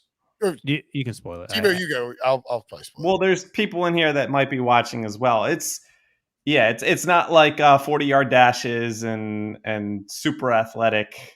So you're not shooting bow and arrows. A bunch of people are taken to a place where they play child games, Like Duck, Duck, Goose, for example. Correct. In America, if it were American Squid Games, it'd be Duck, Duck, Goose or Red Rover. Red Rover. One of them is a tug of war, and the loser just falls and plummets to their death. Like that's not giving too much away, but if you lose, so Red Rover, Duck, Duck, Goose, whatever. Mary, what's the other ones where you go around? Oh, that's Duck, Duck, Goose. Yes. Probably red light, green light, four red corners. Light, green light. Oh, yeah, right. So it's like all right, fair enough. So you still need some. Breaking the I don't know. Don't worry. The cookie is a Japanese or a Korean, excuse me. It's hard to explain. It's like an art. I never did as a kid. It's you sort of carve out some art into this like cookie style thing, but that would probably not be one of our. I still think that it sounds like you still need to have some athleticism to take part in these games, right? Some. Debo, how athletic do you need to be? Not very. There is you need to be more cunning, I think. There's a competitor. So Prisco seems like would Prisco be good at this? Prisco would actually be really good at this. Yeah, because he's cunning. He would. There's the Hunger Games aspect is that like you're there. There's a bunch of people, and so natural teams sort of fall off sometimes. I do think you would enjoy it though, Ryan. I would recommend. I might get into it. So Ryan doesn't like being the last one to jump onto these things. No, you know what it is? I'll be honest with you. And it doesn't matter whether it's Korean or Norwegian. Like there are a lot of shows that are popular. I watch subtitles on American shows. I don't like watching subtitles on non-English speaking shows. See, Prisco, I think watched it. On the Netflix Squid Games, you can watch in the dubbed. Yeah, I did I like Korean or Japanese or Asians. I like hearing or even Spanish. I don't like dubbed. I dislike dubbed more. So I think maybe I'll have to try it. But the downside is, of course, you can't be on your laptop or your phone. You have to be reading, the TV the whole time. Oh yeah, no, that's usually how I'm old. That's how usually I watch, except for Uncut Gems. Key for advancing in these games that we're talking about, I think, is the ability to stay calm and not panic. So if you had to rank the four of us, Wilson, how would you? Brinson would be dead last, and I'll tell you why. Breech would actually. I think Breech and Debo would be one, and I would be just ahead of Brinson. I'm actually pretty calm when things get crazy, but this is what I feel like I'm a little calmer than you, just in terms of like I'm not worried about stuff every day. But Breech, you know what I'm thinking about in terms of ranking us in particularly specific instance? Which one? The Miami Super Bowl when you had to lead us while JLC and Brinson were having complete and utter meltdowns as we walked out of the stadium. Oh, right. Yeah. That's true. That was like not close to Squid Games, but it was just being mildly inconvenienced by having to. Yeah. And I was just like, I'm going to follow Breech. It's nice out. I don't care if we get there at whatever. We got there plenty of time, and I just followed Breech while he followed his map, while Brinson and JLC were yelling, screaming to anyone who would pick up a phone about why we didn't have an escort to the set. But I think out of Debo and Brinson, who do you think is calmer in when the poop hits the fan, Breech or Debo? Ooh, that's a good question. Debo has to deal with a lot of people, so yeah, that's I would true. almost give it to Debo by default. Like I've snapped regularly pre or post show, but I don't think that Debo likes when things get off schedule or off script. You've seen him more than we've seen him. Have you? What's the closest he's come to getting angry? I don't. Does he turn green? Something that was not related to. I don't know. Yeah. See, so I mean, he's seen some things. And he still hasn't lost it. Seen some stuff. Yeah. Things. Yeah. No, Debo keeps a pretty chill mood most of the time. That's pretty. So I would. I mean. He definitely stabs cats. By the way, there's no way he can be that calm all the time. It's so. I actually think. I mean, I'm sure you'll say that. I think I'm good. I think I'm pretty good in the moment when things get hectic. I'm actually better when things are hectic than when things are. Yeah, no, I don't think any of us are like straight up like just can't handle. So are we saying that Jordan would win? That's why Jordan asked. He's like, I would win. I think Prisco would be a very good competitor in this. Yeah, he's super cunning. Mm-hmm.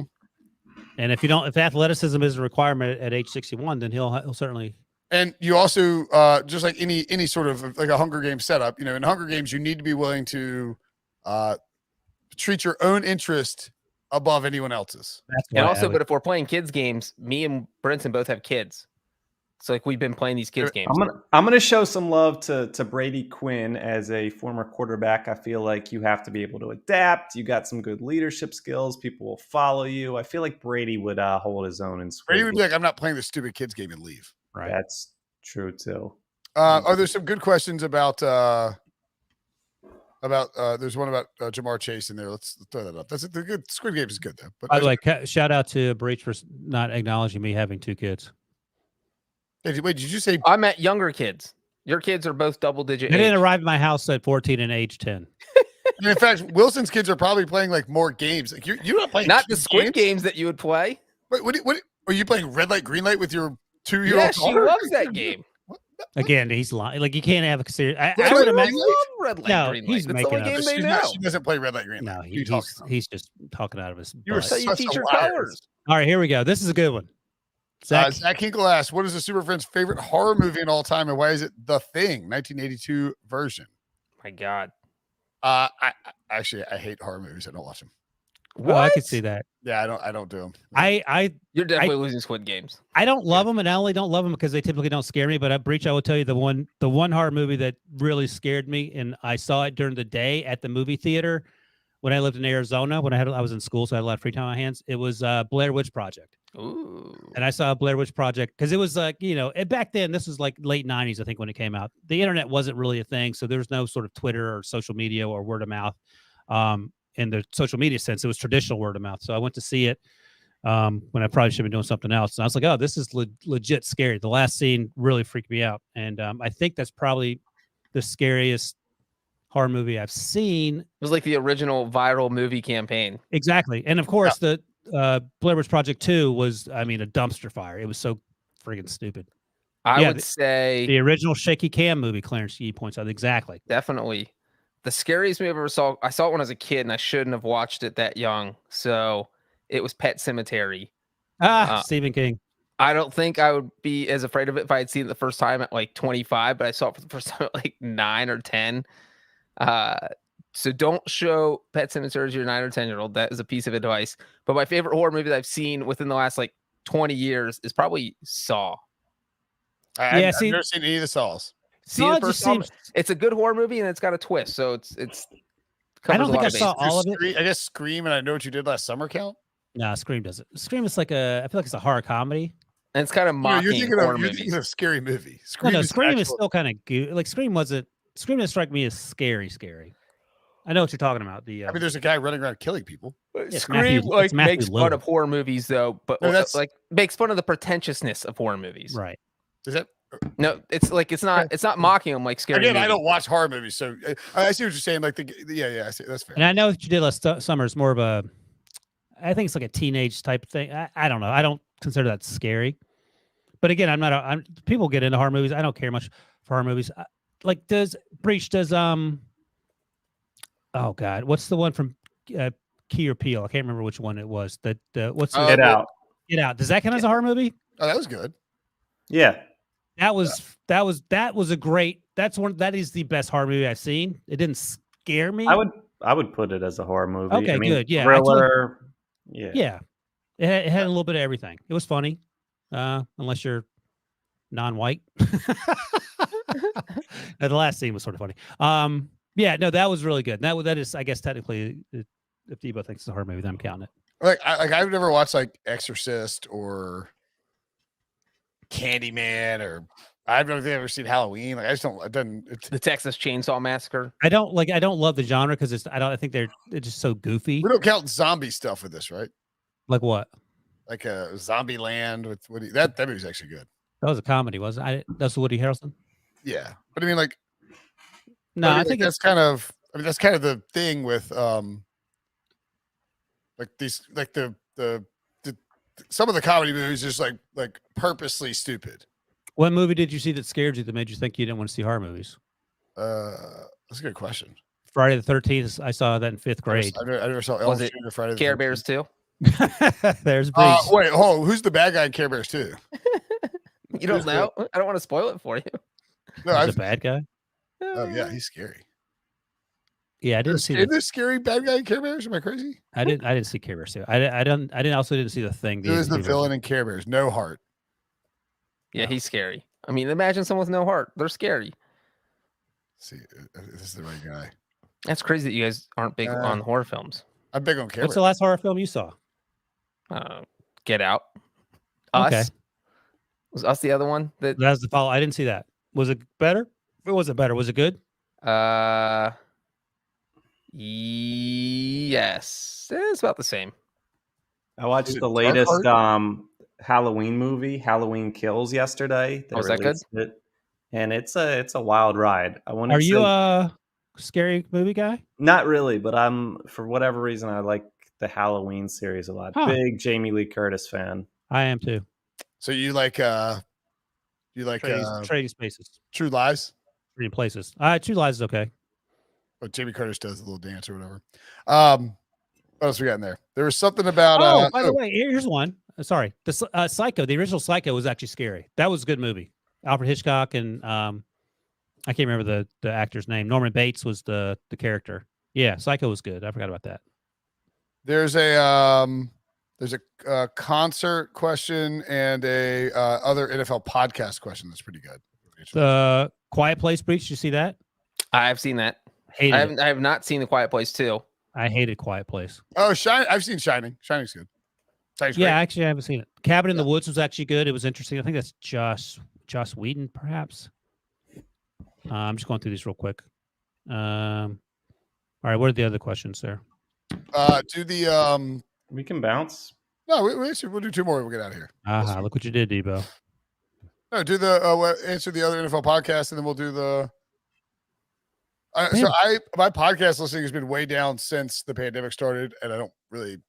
I just less like if I haven't done less yard work or less like less driving in general, and so I don't listen to as many podcasts. Try to listen to them when I'm walking. Old George around the NFL. I listen to what I can. I listen to that more in the off season, I think, because a lot of times, like they do their recap show and it's I don't know. It's like I don't like listening to NFL recap shows after because we do one for 90. We do one for like 2.5 hours. And I just don't want to listen to any more recaps. But around the NFL is good. The Ringer NFL show is good. I'm trying to think what else I got. I listen to a lot of DFS shows during the season, like Establish the Run. One podcast that's awesome for fantasy is Stealing Bananas with our old friend Ben Gretsch and Sean Siegel.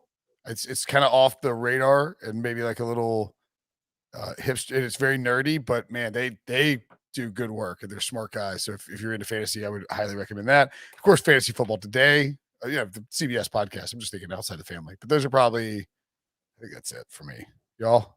Brian probably doesn't listen to those. I don't listen to NFL podcasts. When I'm driving, I usually listen to true crime. I'm a huge true crime podcast guy. I do listen to. They haven't started up this year, but Dane Brugler and Lance Zierlein do a draft podcast on The Athletic, which is really good because they're both awesome. I listen to that and. Underdog Football Show with everybody. Josh Norris is good. Move the Sticks is good. I don't know if Greenlight with Chris Long counts, but that's his podcast is awesome. He said NFL, right? I'm trying to think what else I got in my feed. That's probably it in terms of my feed. I don't think we said this on the show tonight or have announced it yet, but coming Tuesdays at 1 p.m. Eastern, Ryan Wilson will start hosting live mock draft shows each week. Forgot about that. On the podcast feed? It will be a YouTube exclusive at least through probably the remainder of the college season, and then start making it to the podcast feed eventually. But come hang with us 1:00 on Tuesdays. Oh gosh, were you aware of that, Wilson? Yeah, I was. And I forgot about it. And Debo mentioned it to me last week, and I was just reminded of it when we were talking about this. Good. When he said we've got a new announcement Tuesdays at 1, I was like, no. Tuesdays at 1. Tuesdays at 1 is going to be the spot for a lot of live shows. Obviously, picks, mock draft, and then we got these live recaps. Yeah, I'll give you my early look ahead picks for that week. Locks. And then the last question I saw was the first. Wait. What is Breech? If you had to guess what kind of podcast Breech listens to, I mean, Do you think Breech can name another NFL podcast that hadn't already been named by No, us? well, you hadn't named No, a lot. I can't. certainly couldn't. Yeah. And I The don't think, only other one I sometimes listen to is around the NFL. like, do you I listen have to like a 18-month-old child, and like I have zero time.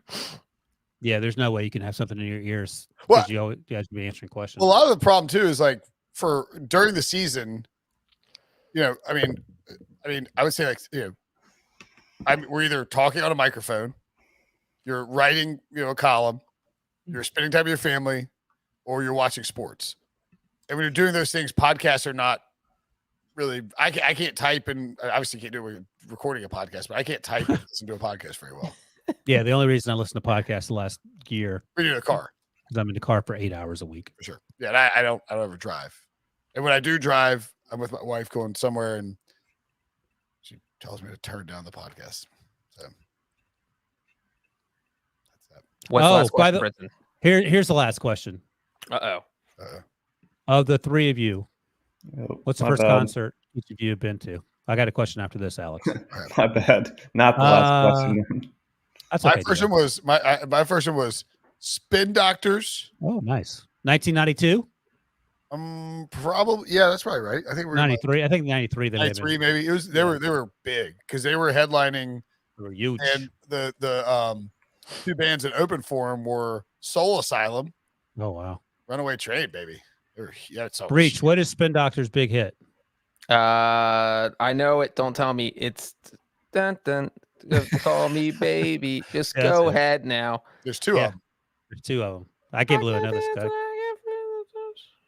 What's it called? Two Princes. Two Princes. Yeah.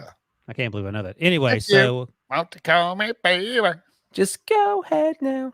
See, I know it. my first. I have to think about it. What's your first concert, Breech? Screaming Trees were also at that concert. By the way. Oh, I love the Screaming Trees. My first concert was, I think, when I was 6, 7, and my mom and my sisters were going 7. Wow.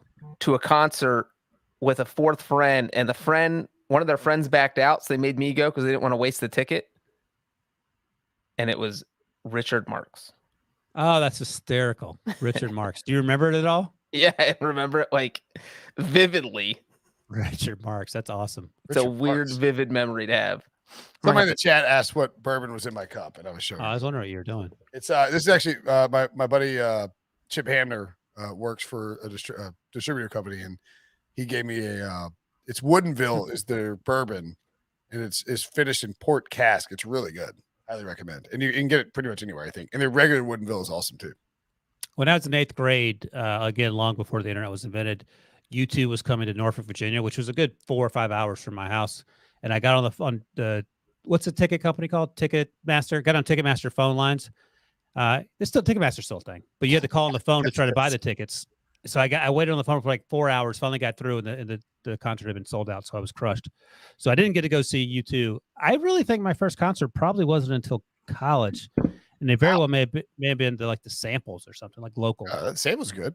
Oh yeah, I saw them like a bunch just because they were always around. They're a Colorado band, but they were always around Virginia. Dave Matthews would play like at William & Mary because he was a nobody. Like there's a concert where like one of those Soul Asylum type bands that hadn't made it yet opened.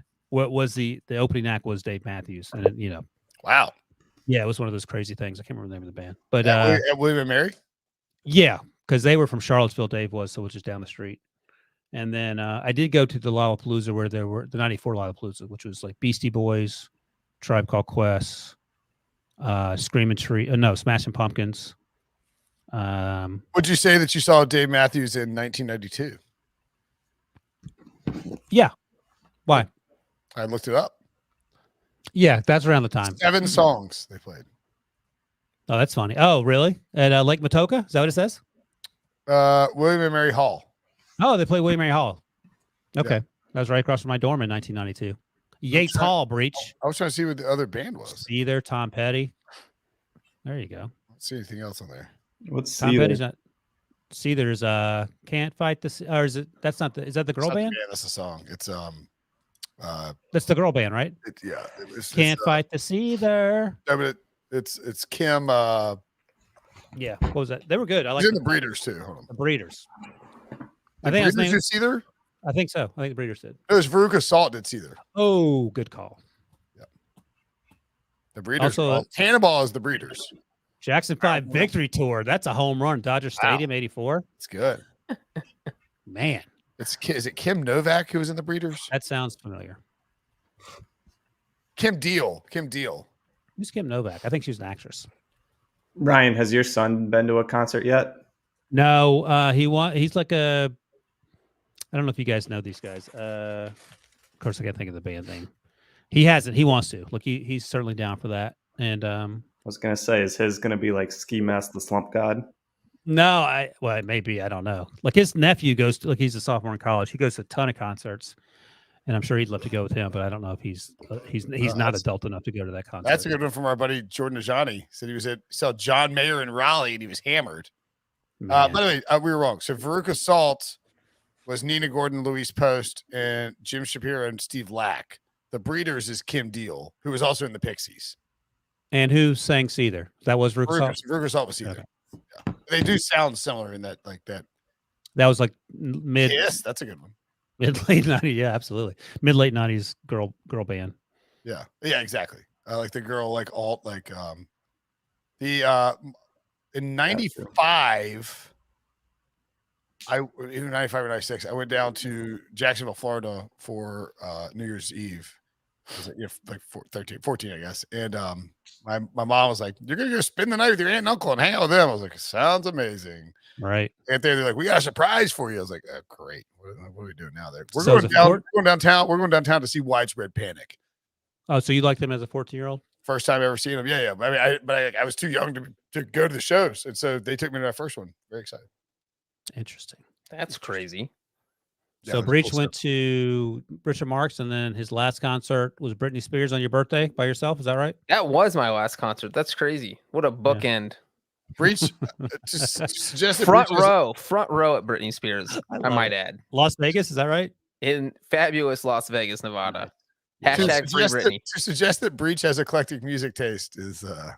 I mean, if you knew all the concerts I've been to, I've been to Naughty by Nature. Oh, you have? Okay. Dave Matthews Band. You guys mentioned them already. I saw Wu-Tang and Rage together. I mean, if you get some crazy groups like that together, it's like, I'm just gonna Rage go. was me and my buddy Wes Copeland went in I thought you were going to say West Durham.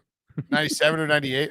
I do like West Durham though. Buddies. But we went 97 or 98 in Charlotte, and there's a mosh pit broke out in the lawn at the Charlotte Amphitheater. And inside the mosh pit was a bonfire. These guys were moshing around a bonfire. We're like that doesn't seem safe. No. That's what you said? No. But yes, I said no, and ran away. And at that point, if you vowed to be a fire marshal. But at that point in my life, I vowed to never go near a mosh pit with a bonfire. Oh my gosh. Pretty solid rule. So this is, I will say, the 94 Lollapalooza that I went to at the amphitheater in Raleigh, whose name has since changed. Walnut Creek is what it used to be called. Everyone calls it Walnut Creek. So Smashing Pumpkins, Beastie Boys, George Clinton was there, and the Peacock All-Stars. The Breeders were there. Oh! What? L7, which is another girl band that I actually saw in Boston when I lived there. I don't know the Boredoms. The Verve. Let's see what else. God, this thing. Stereolab was there. Fushnikins were there, Debo. Far Side. Luscious Jackson, another girl band that I love. Yep. Dang. Was Jane's Addiction there? They probably would have been there in 94. Perry Farrell started it. Oh, Green Day, Cypress Hill were also there. Dang it.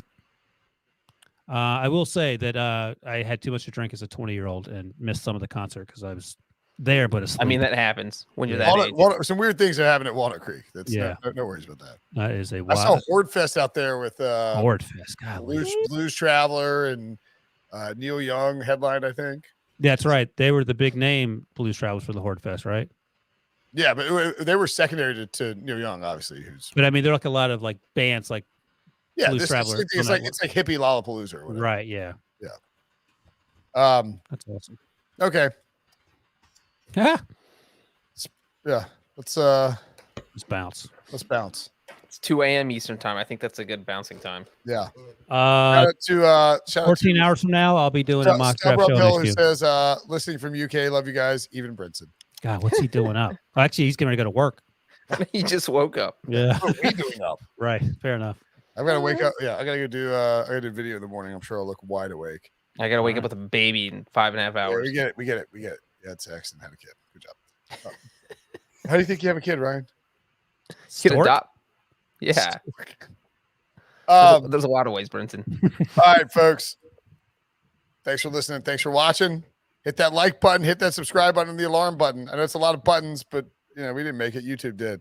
Bang them buttons. We'll see you guys later.